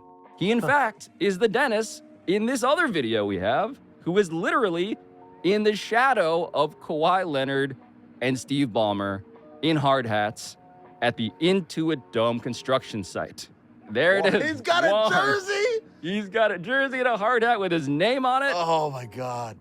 He, in fact, is the Dennis you can find sitting courtside right next to Steve Ballmer, as in this photograph. Oh, man.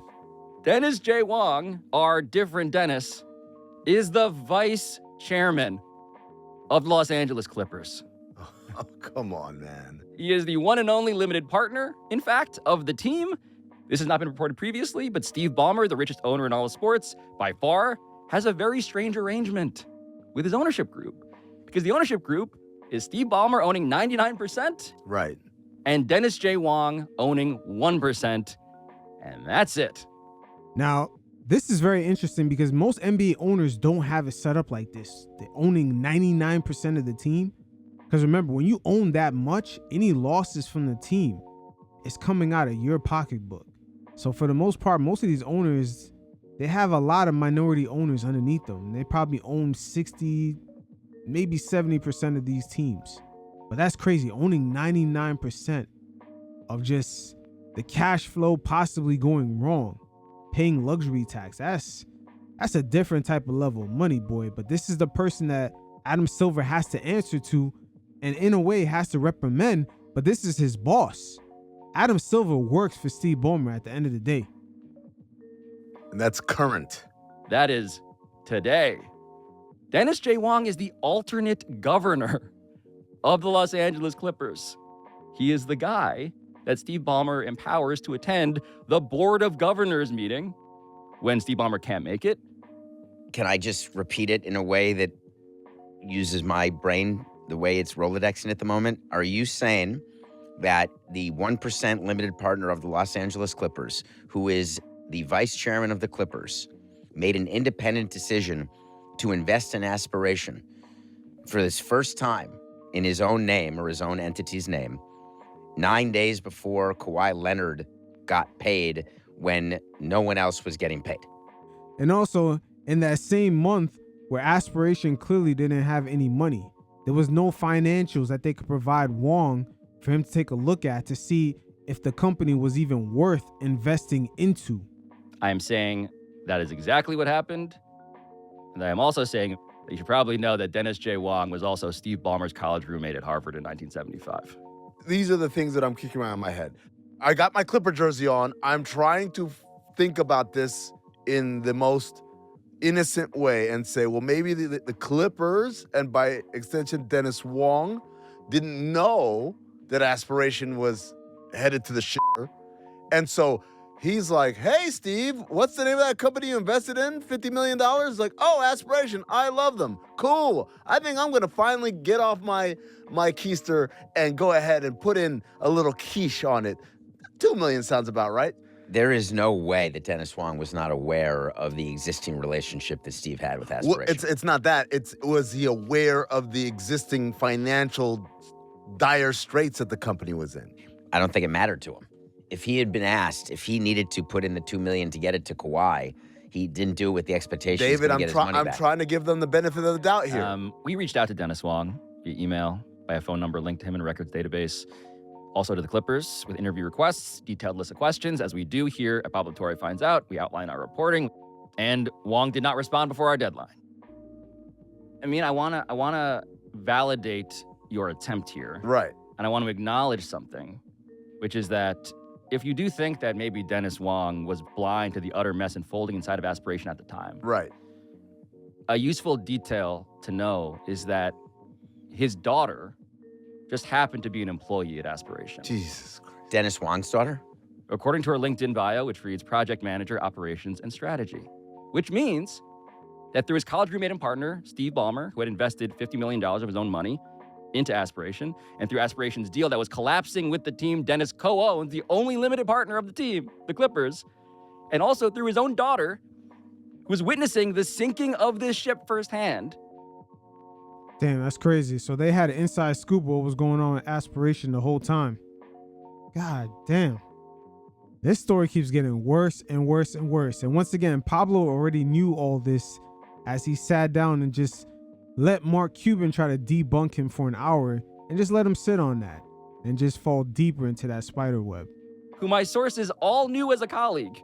He had several very informed ways to know quite a bit about what company he was sinking $2 million into right as Kawhi Leonard needed to be paid $1.75. It's almost like the opposite of insider trading, right? You had the scoop to not put money in. Yes. Unless you weren't investing in this to make money. You were investing in this for a different reason. And I should also clarify that, let's call him Grandpa Dennis. Grandpa Dennis specializes in real estate. He's a brilliant and wealthy investor. And he's a noted philanthropist, including to one conservative think tank. The guy knows his way around a dollar. And around the NBA, what Dennis J. Wong is most known for, actually, is helping build the building that his old roommate cares about more than any other. Damn, I'm fired up! I have to say, I'm a little anxious tonight. I love what we built, but I want all of you to love what we built. But my partner, Dennis Wong, sitting here in the front row, Dennis in the real estate business. And he said, come on, we'd known each other since 1975. Come on, we can do this, Ballmer, let's go. And I said, okay, we need our own house. I just want to acknowledge what we've established here in a simpler way, which is that the only other owner of the team that is denying that this was cap circumvention invested almost exactly the amount of money needed to finally pay off Kawhi Leonard, having never invested in this company, which was in December 22, as you've exhaustively conveyed, going into the his college roommate is Steve Ballmer, who put in 50. His daughter is an employee, as well as the basic fact that, I don't know, maybe he just had a sense that $2 million into a company that had previously raised over 300 was a weird thing, as my first source did want to underscore. There's multiple things that are conspicuous. One, we're broke. We're broke. So to invest in a broke company is beyond me. And second, I just want to add on to this. Wong invested money just to pay Kawhi in December, but that was for the second payment for Kawhi that was supposed to happen in September. So not only they were late on the first payment, which was in June of 2022, they paid that in July of 2022.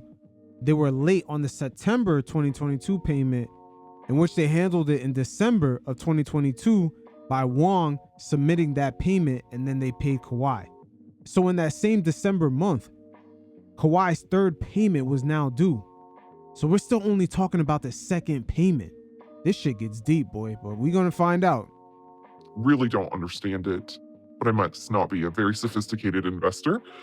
So that's one thing. And then the other thing is the amount that's being invested. That's such a nominal amount if we're talking pure investment, especially in a late stage startup that's in the process of a SPAC or on the outside date of a SPAC or going to SPAC at some point, and has already raised in a year earlier $300 million. What does $2 million buy you? But I did want to know what my second source knew at the time about the different Dennis in question. I knew the name Dennis Wong because I got 2 texts from this very senior executive at the firm regarding Dennis Wong. So inside of Aspiration, Dennis Wong's investment was identified as an investment with the Clippers clearly attached as part of the identification. Yeah, and I do have another text as well. This is from November 13th, 2022. And it says, Wong is Ballmer partner. How surprising is it that a new investor would put money in December 2022 who had not already clearly been deeply invested into the company? So it is beyond shocking. And I will tell you, I knew that the board, which is Ibrahim al-Husseini, who's been indicted, and Joe Sandberg, who's been indicted, I knew that they had put money in December to make payroll and make rent and all that material. It is not a rational investment that someone would make. So it is very shocking to me that $2 million was made as an investment by Dennis Wong, who in my text is identified as the Clippers, Steve Ballmer's partner, a week before $1.75 million was paid to Kawhi. And by this time, KPMG, the accounting firm, had resigned from being their auditor. And also 2 government agencies was already beginning to investigate Aspiration, the SEC and FINRA. This shit is wild because if Adam Silver asked Steve Ballmer, why did Dennis Wong put money into these companies with all these things going on? Oh man, I don't know. Steve Ballmer got some cha-cha slides, man. He got some chinclatas on. I don't know how is he gonna tap dance out of this shit. What's interesting to me is that when you put money into a startup or into any company, you are told, here is the sources of funds, here's the uses of funds. And you put in $2 million into a company, hey, what are you using it for? Are you paying down debt? Are you using it for payroll? Are you using it for research and development? Are you gonna try to cure cancer? What do we got here? It would seem to me that Dennis Wong would not be shocked to hear that his money was being used to pay Kawhi, but it would be interesting to find out, in my head, is did he think that he was putting in money to save the earth? That this was $2 million that was required to keep it going? That's the part that I'm trying to get at I'm giving you guys the maximum benefit of the doubt. Dennis Wong, who has a daughter that works for the company, I have to assume even if the daughter was not in the finance department, she was a project manager, she would still be aware of the general tension in a company. I've worked at places where there was that tension. President got fired, CEO turnover, general counsel got fired. She shouldn't be doing her job. Yeah, I've been in a place like that. They fire so many top-end executives that nobody even wants to take that job. It's hard for them to even replace them.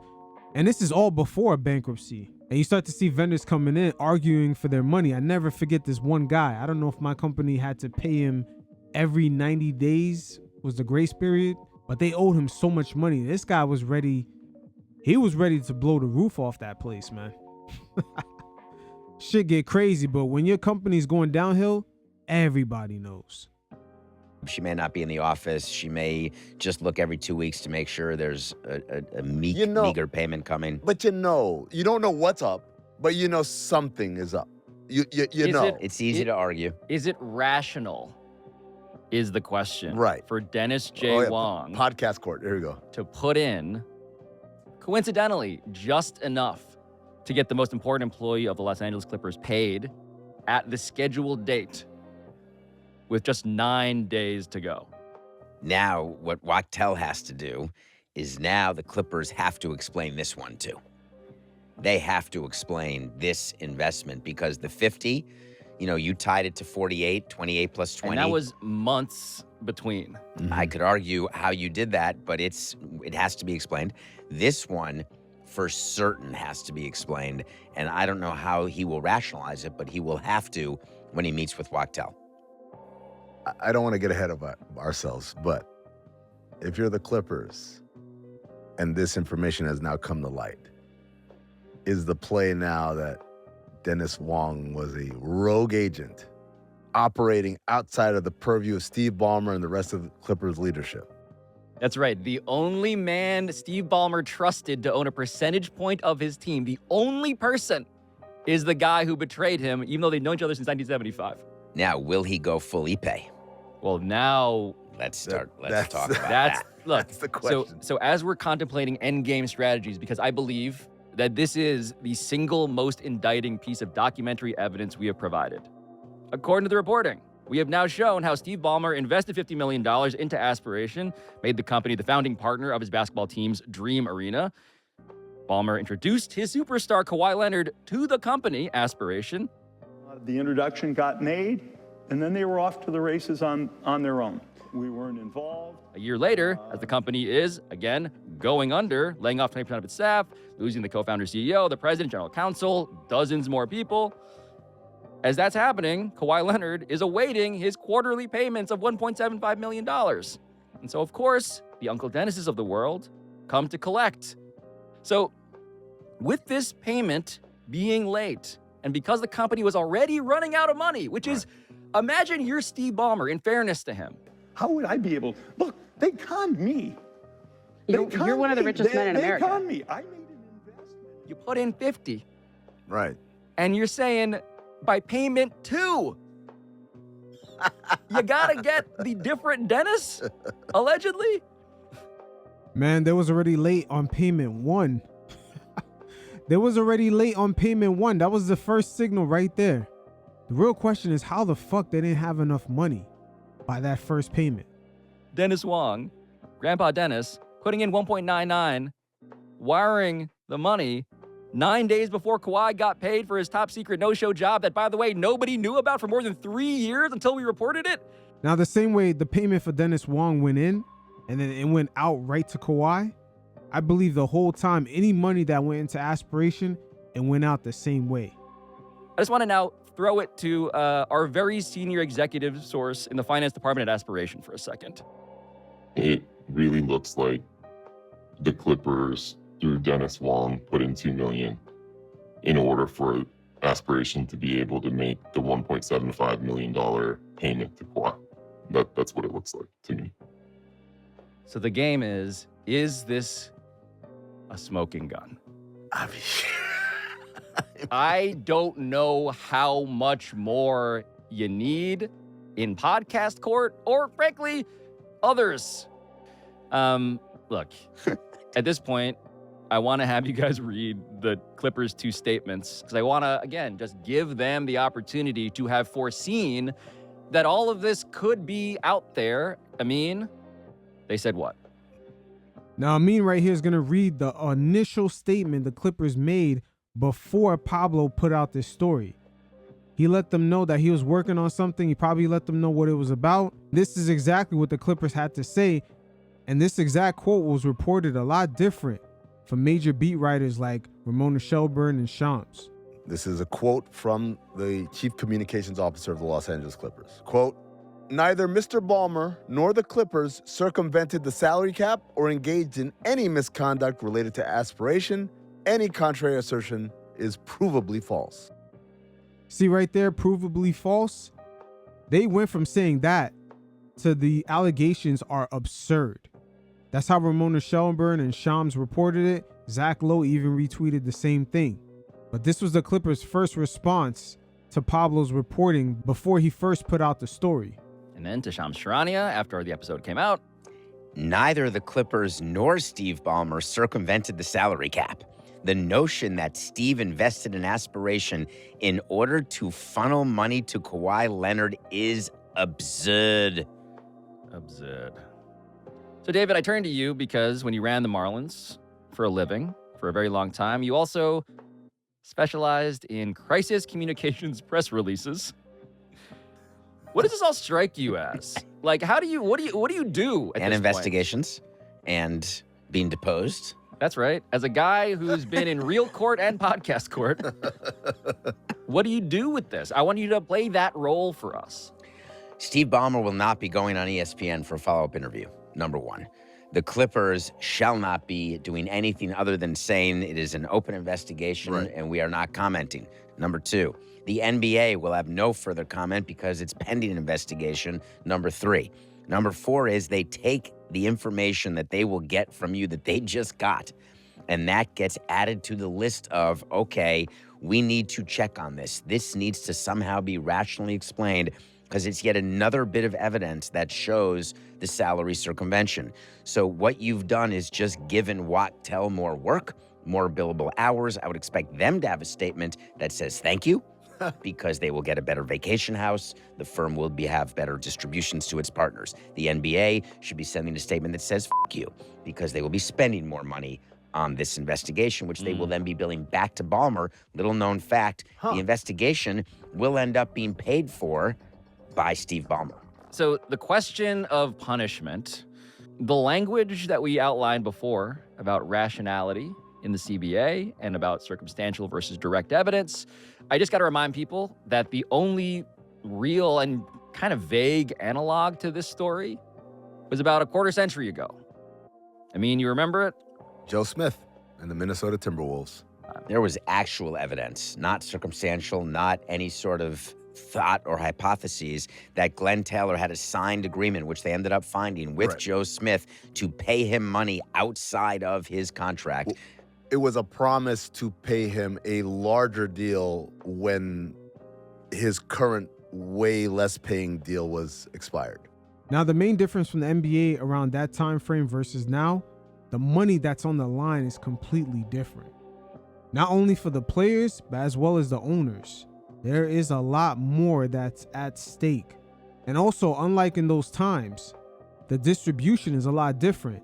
Pablo Torre would have to go through a major list of just editors and just institutions that would have the expenses to afford the cameras and have that type of distribution. There would be no YouTube. So a story like this would be much more easier to flush out. And this is where I wonder, powerful people like Steve Ballmer, if his particular generation have a blind spot. It's gotta be, because we've seen the same thing play out in politics. The way people of power that were around in the old days of media, they have not quite yet maneuvered well in the informational age. This is an age of receipts and verification, and everyone has access to at least get their voices out in some sort of mass distribution, whether it be social media, platforms like YouTube, etc. So there's an older guard in the United States, particularly of people of power. They're not used to the masses actually having information and also having ways of distributing it. It's what we're told in baseball never to do with someone like Shohei Ohtani when he's coming from Japan. You can't promise him more than you're giving him because we'll find out. Right. And MLB does investigate those things and doesn't like to find that stuff out, but all teams suspect that there are nefarious things that go on. Again, the legend, as legend has it, it's you get these verbal promises all the time. This happens a lot. But the Timberwolves and Joe Smith had it in writing because there was a fear that Glenn Taylor was not going to survive long enough to make good on that promise. Smart. And so they wanted it in writing. Damn, we talking about back in the 90s. Glenn Taylor was an old man since back then? It's fucking 2025. God damn, bro, how old is this guy? They was afraid that he wasn't gonna survive back in the early 90s. My man got the potion. He got that formula, boy. So that if he did pass and the new owner comes in, he can't say, I'm not going to pay you any of that. So it's in writing. You guys promised. That's why they got caught. Well, the punishment, right? The 5 future first-round picks, they regained 2 after subsequent appeals. The $3.5 million, a then record fine. The contract being voided. It erased his bird rights also, made him a free agent. Joe Smith. Glenn Taylor, the owner, suspended for a season effectively. Woo, good luck for Adam Silver trying to do that to Steve Ballmer. Glenn Taylor is a cheap owner. He's not even well liked. He'd even help improve the overall NBA business like Steve Ballmer. It's almost night and day when you compare the two. Ballmer purchased a stadium. He purchased the land. He's increased the valuations for every single owner, where even Michael Jordan of the Charlotte Hornets can sell his team for multiple billions of dollars. So Adam Silver has to approach the man that made all this possible and try to reprimand him. And at the same time, that's his boss. The NBA has always been a league of just hierarchy conundrums. Not only is strange on the team itself, between the coaches and star players, where the star players actually hold more power, but it's even strange in this scenario with Adam Silver and Steve Ballmer. Kevin McHale, the VP of Basketball Ops, suspended effectively, unpaid leave for that season. But the thing Amin just said about how this all came to be, yes, there was this concern about Glenn Taylor not living long enough to pay out the contract. But the similarity to me, as Glenn Taylor is very alive and well at press time, is that the similarity is legal. So the way this came out was that there was litigation during an agent dispute and a lawsuit, and it sprung open this documentary evidence. It came from something else. In that way, I am reminded of how I came upon this story, which is that this all would have been fine if not for this other crazy thing that happened to unlock the door. You know, it's far worse than Joe Smith. Third investigation in 10 years. A lot's on the table given that framework, and David is laughing. I'm laughing because here's what's going to happen, is that Mark Cuban is going to tweet at you again because you clipped that bit. And then he is going to ask to speak to you again. And you are going to honor that request. And he is then going to say what?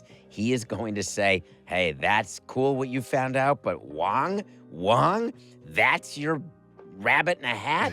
We don't give a shit about Wong in the industry. It's coming.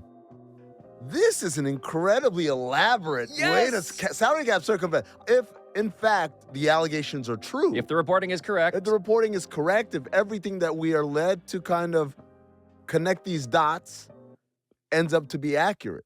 I want to stop anyone from saying they would never be that sloppy. This is incredibly elaborate. This is not Joe Smith, to your point, where it's just no, like, it's not a paper in a drawer. Yeah, it's we found the papers, but there are clues littered throughout the papers that did not have to ever be publicly disclosed. Like, I just want people to understand this. It's like Ozark. For years, they got away with what we are describing, and we haven't even gotten to all of it.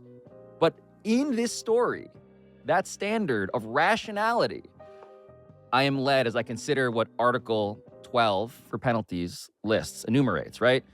A fine of up to $7.5 million, direct forfeiture of draft picks, voiding of a player contract, fine of up to $350,000 for the player, suspension for up to a year for any team personnel found to have willfully engaged in such violation, the voiding of any transaction or agreement found to have violated league rules, all that stuff. Once again, all those rules are nice, but no one would have ever thought it would be applied to the guy who came in as an owner and made almost every single other team worth over $1 billion. That's the conundrum that Adam Silver is in. In a way, it's almost like Roger Goodell putting down a harsh, severe punishment that could possibly ruin the business or just a season or two for the Cowboys, with contract cancellations and just punishment for the team taking away draft picks. Why would you do that? The Cowboys are the NFL's cash cow. And in a way, Steve Ballmer, the way he's been moving, buying up land, paying for the stadium, buying the rival stadium across the street, making the stadium state of the art, and it's all in LA, in Inglewood, next to downtown LA. Prime real estate right there. That has now become a complete different section outside of the Lakers in the major market of Los Angeles. Should also point out the math, if you don't mind, on $7.5 million, which is supposed to be a serious fine. For Steve Ballmer, that's the equivalent of a $10 fine to someone who has a net worth of $200,000. It may explain why he has allegedly tried to do this 3 times. It also helps explain why our investigation continues to grow. I'm not gonna lie, Pablo may not look it, but he's diabolical right now. And I'm pretty sure he has way more information coming down that pipeline. But hey, it is what it is. You guys definitely hit up the link in the description below. We got more NBA stories like this. And also hit up the mailbag with any questions you have. And until next time, we'll see how deep the rabbit hole gets. You guys stay safe. Peace.